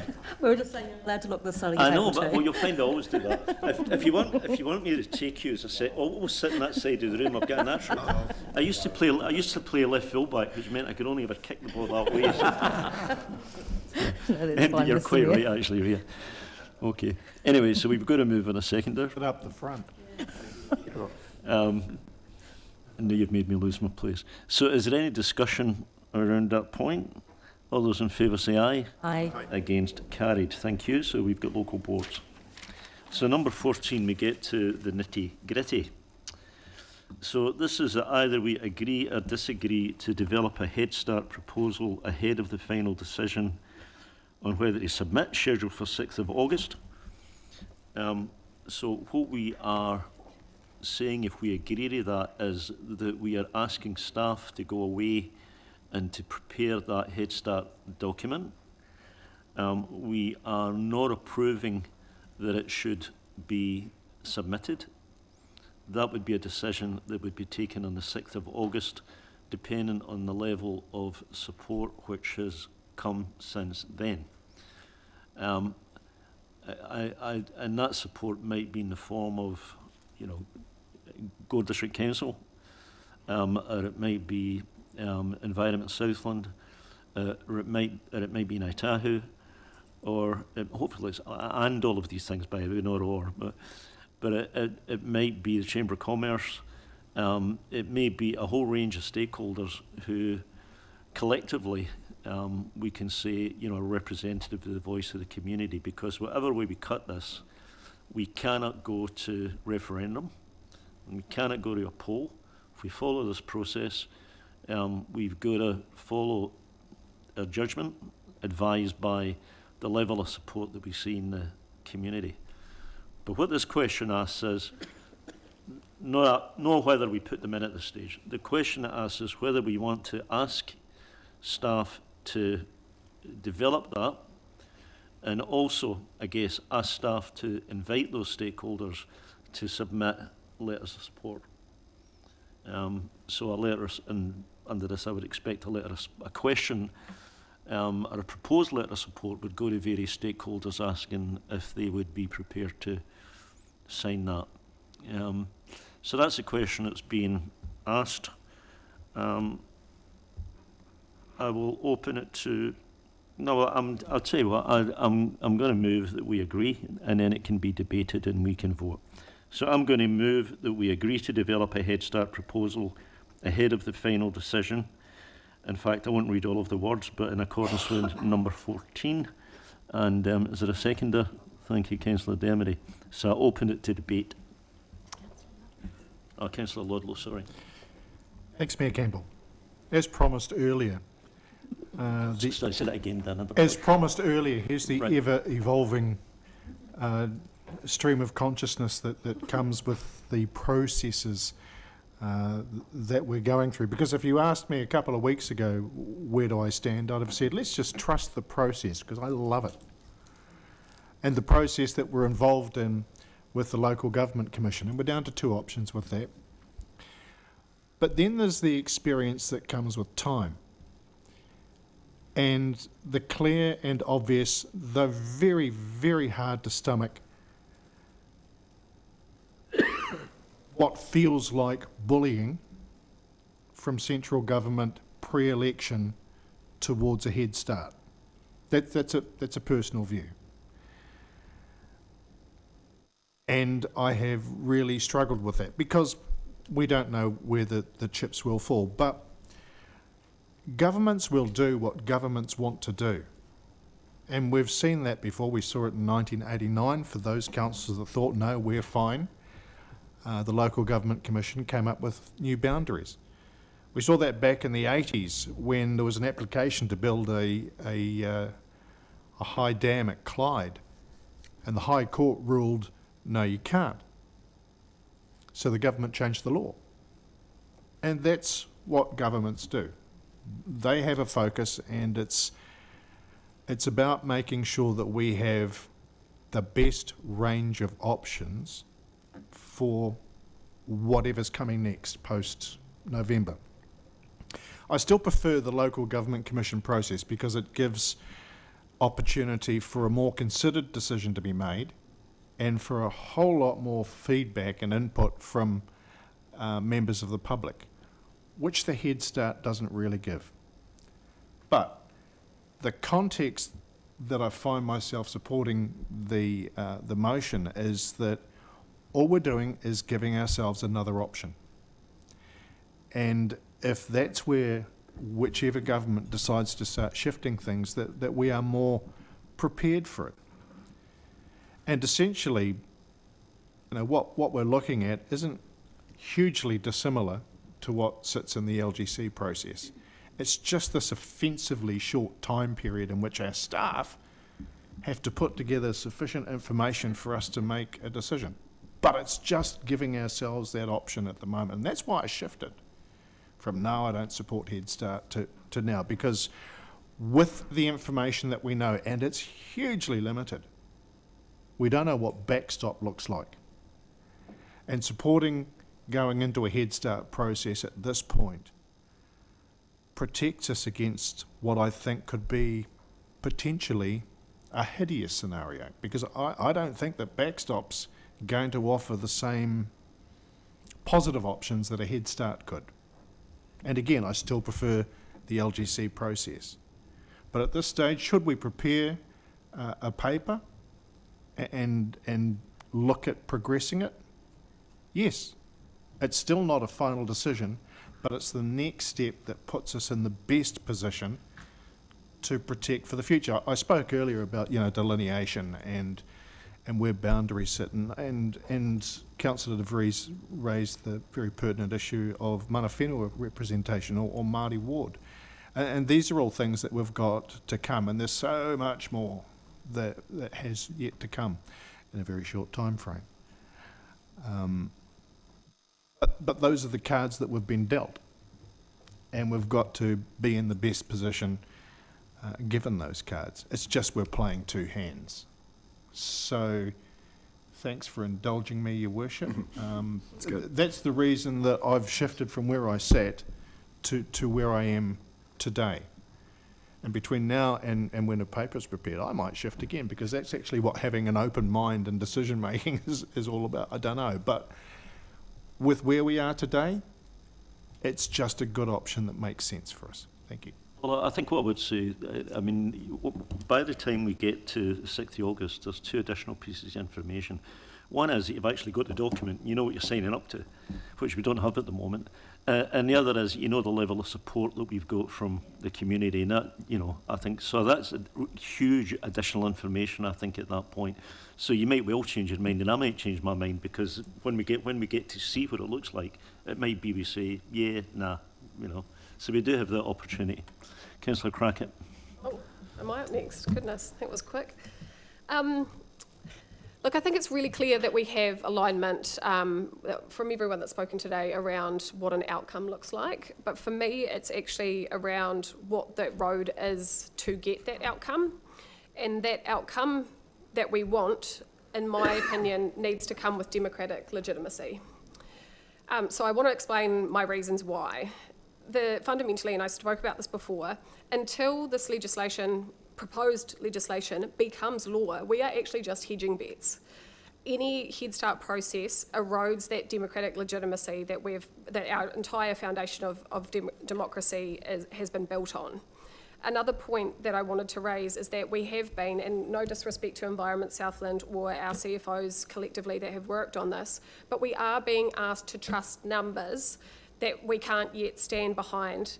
The advice behind that says those assumptions haven't been validated, and 1% of overheads equates to a $700,000 swing, and I really don't think that that is insignificant. So progressing something, and in the recommendations here and the further recommendations, it goes on to ask us to endorse that, and that's not something that I can stand behind right now. Another point for me is that 93 submissions or survey responses out of a region of 100,000 or our own 57,000 is a drop in the ocean, and it is absolutely not a mandate to support this progressing right now. For me, the LGC Commission process gives us the ability to gain that mandate going forward, rather than forcing this down communities' throats, where we know we do not have the support of Southland District Council for this Head Start process. And we know it's unlikely, to the point Ray made earlier around the urban and rural split currently, might I add, that we are unlikely to get Gore District Council's endorsement either. So any proposal, Head Start proposal that we go forward with at the moment is unlikely to be valid, even based on what the DIA has requested. So I can't hand on heart put my own faith behind an invalid proposal. I also don't want to preemptively surrender our community's statutory voting rights on an assumption on what the future government might do. We are so close to an election, and really the only thing that would validate and justify moving this fast for me, like Councillor Ludlow has said, it really is somewhat of a bullying tactic, would be a clear community mandate and a willing TA partner, and we have neither. We haven't had the time to take the community, and I mean the wider community, on this journey. And the risk is I will acknowledge, is that if we go through the commission, you know, Southland as a collective might choose to go with option B and go, you know, with the 2 councils, and I do accept that that is a risk. But if the case for this, that we've all spoken about today, is genuinely as strong as we believe it to be, if the financials are validated that Environment Southland have put forward, and if the benefits are communicated around our catchments and around our environmental processes, around everything that we've spoken about today, if this case is so strong, it will survive a referendum. If it can't survive that referendum, then it simply is not that strong. Or we, collectively, ourselves, Mana Whenua, Environment Southland partners, all of our governors, we have failed our democratic obligations in informing our community. But just because a case this strong, it simply shouldn't need the Head Start shortcut. What we're heading towards is a council born from a ministerial decision, ultimately, because this would go to the minister and it would be a cabinet decision, that entity would then need to spend a whole decade, practically, defending its very existence to half of its population. So we would, and that rural urban divide that we speak of would be so fundamentally entrenched in a new council before it's even got off the start line. So actually, and I'm not the kind of person that would just disagree with something fundamentally, but without proposing a solution. So I would rather than the number 14 that we have on the board here, I would rather see us throw our weight behind two different avenues. One is that this mahi that we're doing here and this Head Start proposal piece that we're speaking of doing, realign that to be supporting the One Southland model in conjunction with our partners to help support that outcome through the LGC and take our ratepayers along on that journey.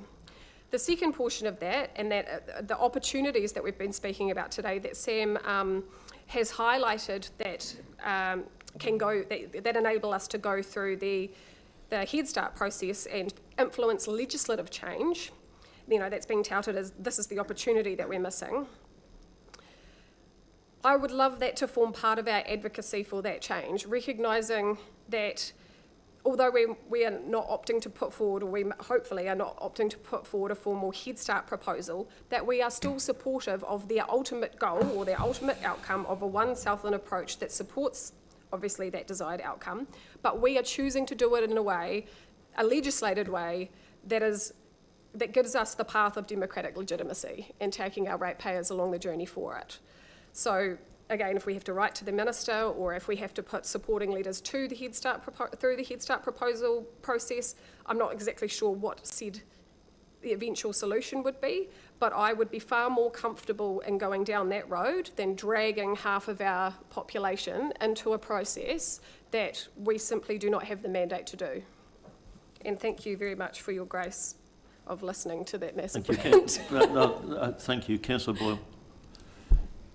Thank you. I would like to support what Councillor Ludlow has said.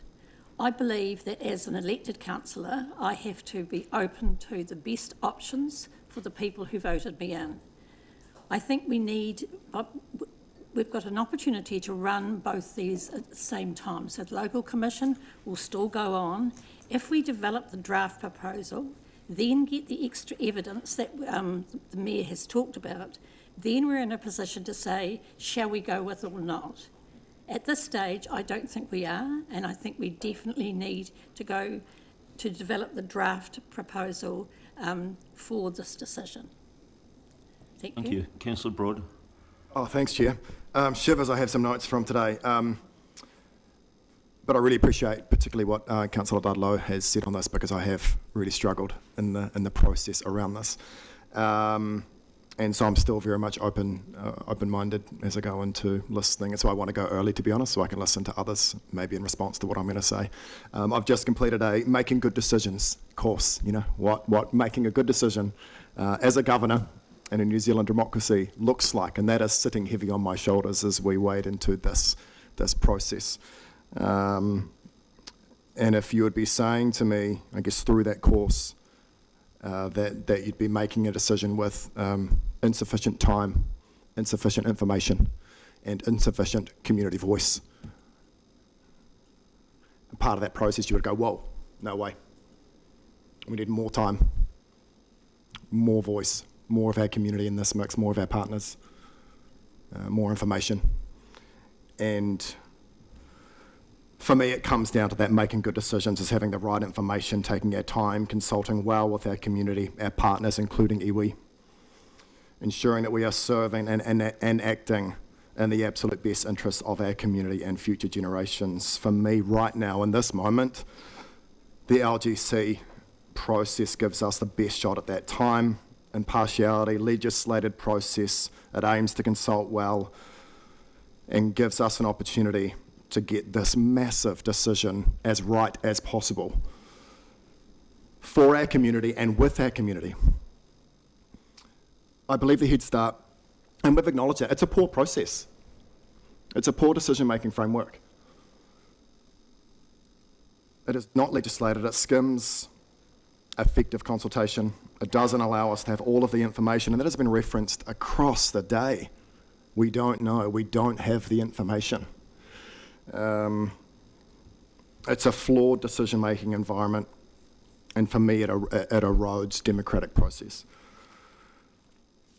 I can see the positives of a One South, and it is my personal preference. But there are still, within this report today, there are still massive questions around whether it diminishes local voice, identity, and representation. We need to get this right. And I believe we need to take more time to do that. So I think my concern is this: is we've kind of convinced ourselves that we have no choice, and the only option is to make a decision within a flawed decision-making framework. That is our only choice, and I kind of push back on that as a Southlander. And I guess for me, if government want to force a rushed change upon us, that is on them, and I would be encouraging as many of us in our community to take that conversation down to Calvin Street and to our local MP and to government. I do not believe in this process as it stands right now. I'm here to uphold good, sound governance and that process on behalf of my community, the community that I serve, and I believe that right now that the LGC process puts us in the best position to do that and take our community along on this journey with us. So open to the opinions of others today and appreciative of it. Thank you. Councillor Bourne. Thank you, Mr Mayor. It's been a process since prior to the last election that we were made aware that this was a future aspect as to what our futures as local governance can be and who was dictating that to us.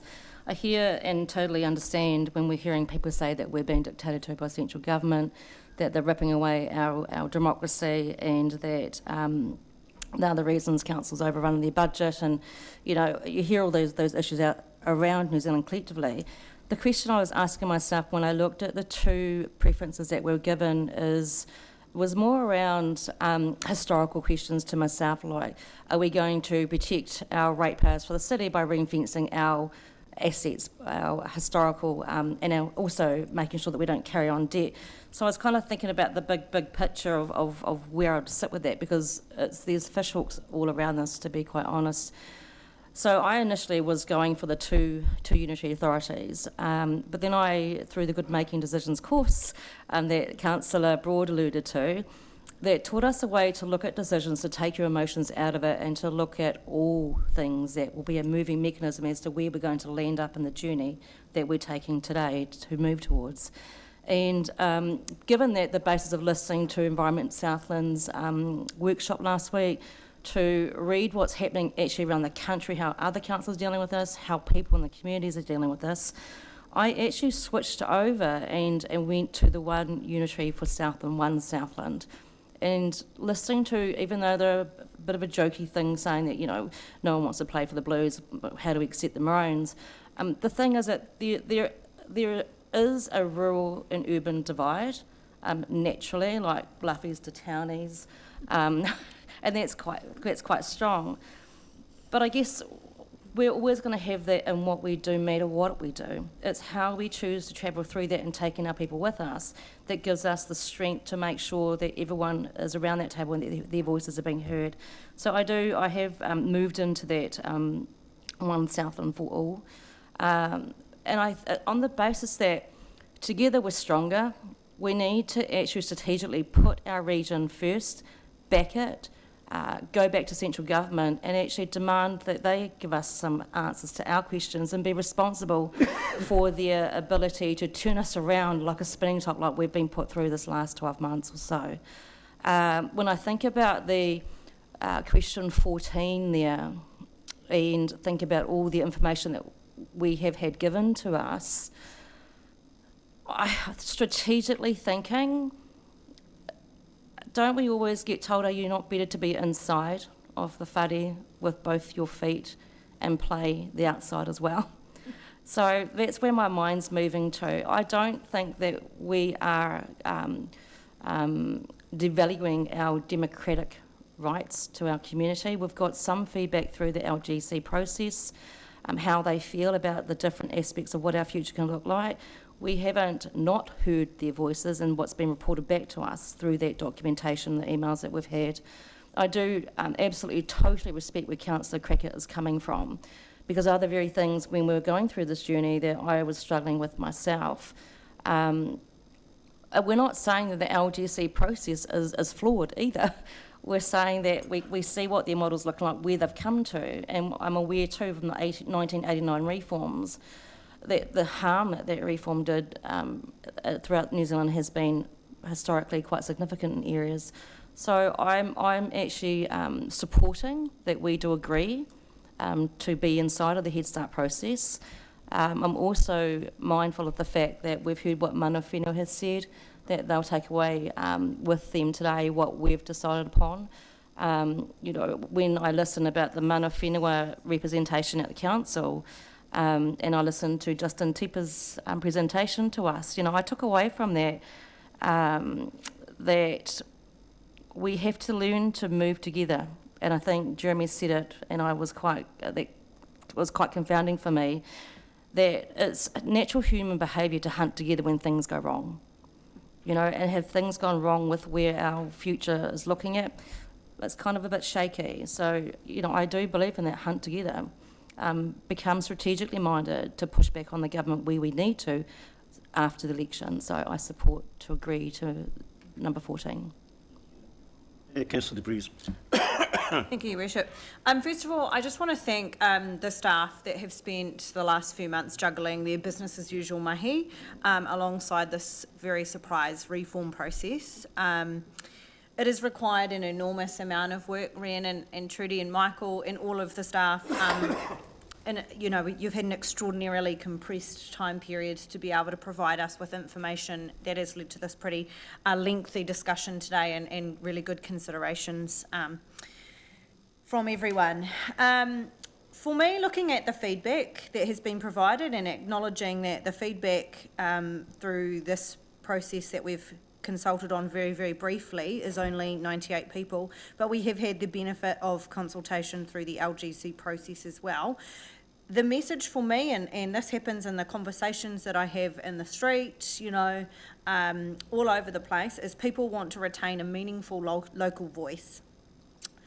That is something that has to matter through the whole journey and not just in the final product. For me, Head Start process fundamentally contradicts the principles of having a local voice.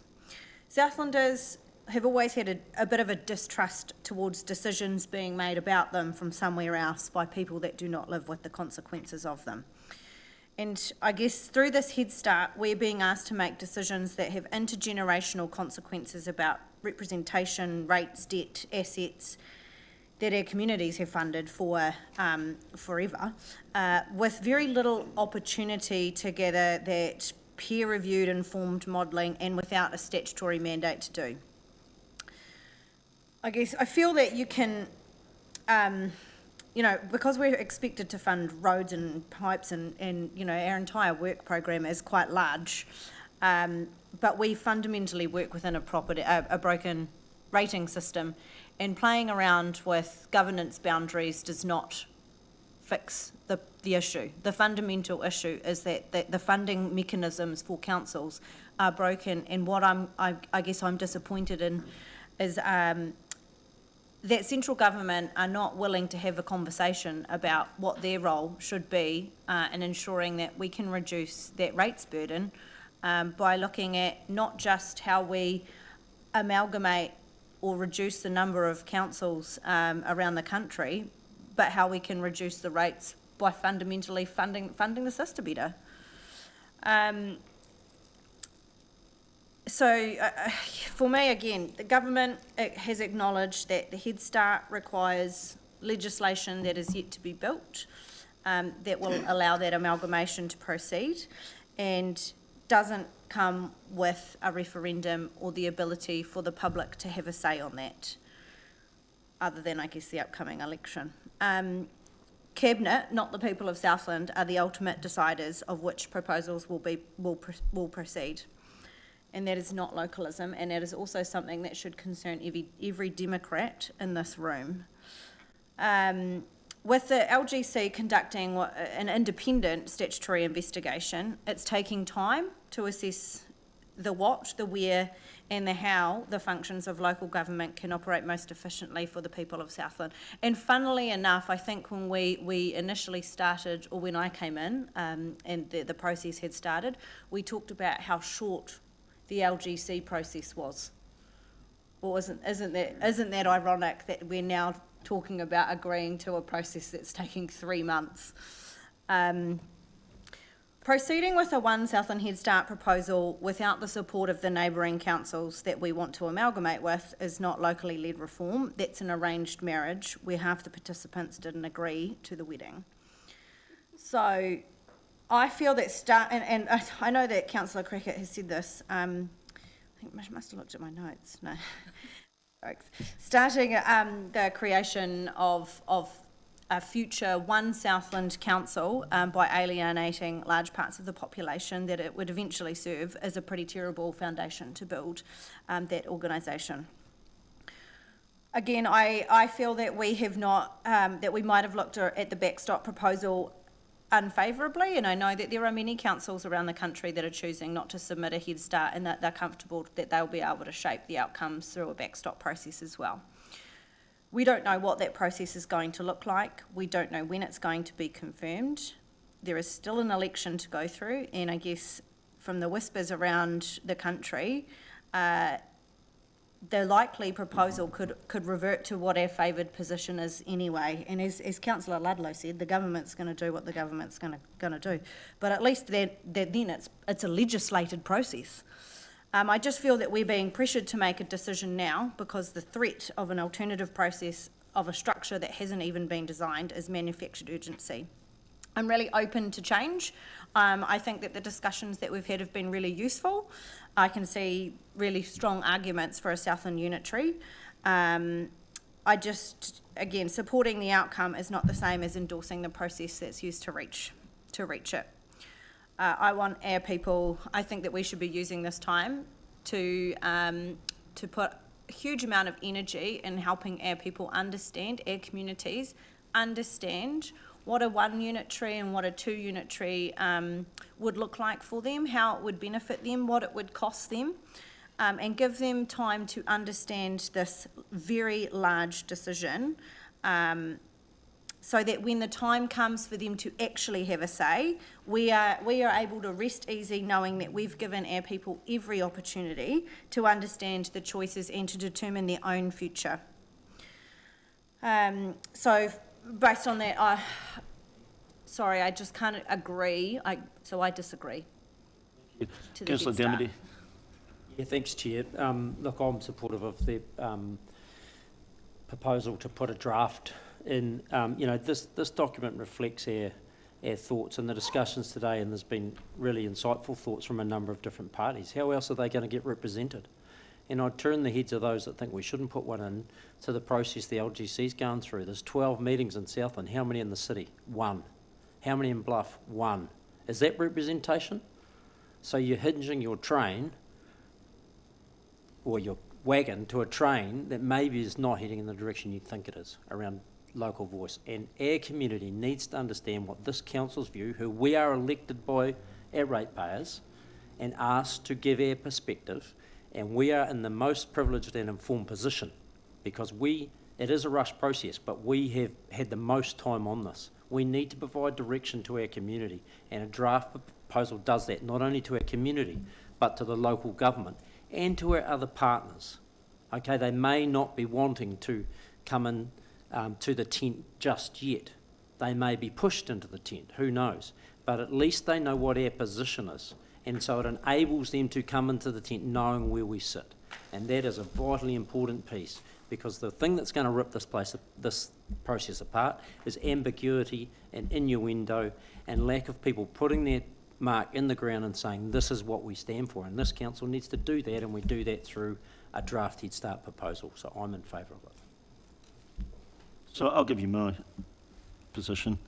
So look, we've just, through the last while, agreed unanimously that we support one unitary authority for Southland, that we agree unanimously that it should be ward-based, that we agree unanimously that the principle of equal number of councillors between Invercargill and rural wards should apply. We've agreed unanimously that the recommended number of councillors to be between 12 and 16. And we've agreed unanimously that there should be local boards rather than community boards. So we've just unanimously agreed on a model for us going forward. In my view, it would be appropriate for us to put a stake in the ground by putting in a Head Start agreement which reflects that model which we have all agreed unanimously, and understanding the issues about process. As I look forward and look at the LGC process and where that might go, and the fact that the backstop might come over the top of it, irrespective of what happens with the LGC, the backstop will be legislated and could come over the top of the LGC decision, and we could be swapping and changing. So my view is that given that, you know, we have a unanimous view amongst council about what we prefer as an amalgamation model going forward, I think we should have the courage of our convictions, and we should prepare a Head Start proposal based on that.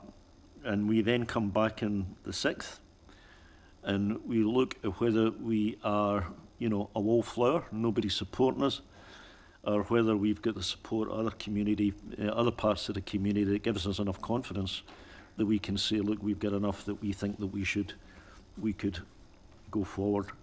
So we actually, did we move and second? So we've moved and seconded, so I'm going to put it to the vote. Division, please. You know, absolutely. So all those in favour of developing a draft Head Start proposal and the rest of clause 14, please put up your hands. 1, 2. Those opposed? Thank you. Okay. So that motion is carried. So what will happen now is that staff will take what we have advised them in terms of what we want that draft document to look like. They will draft it on that basis. They will also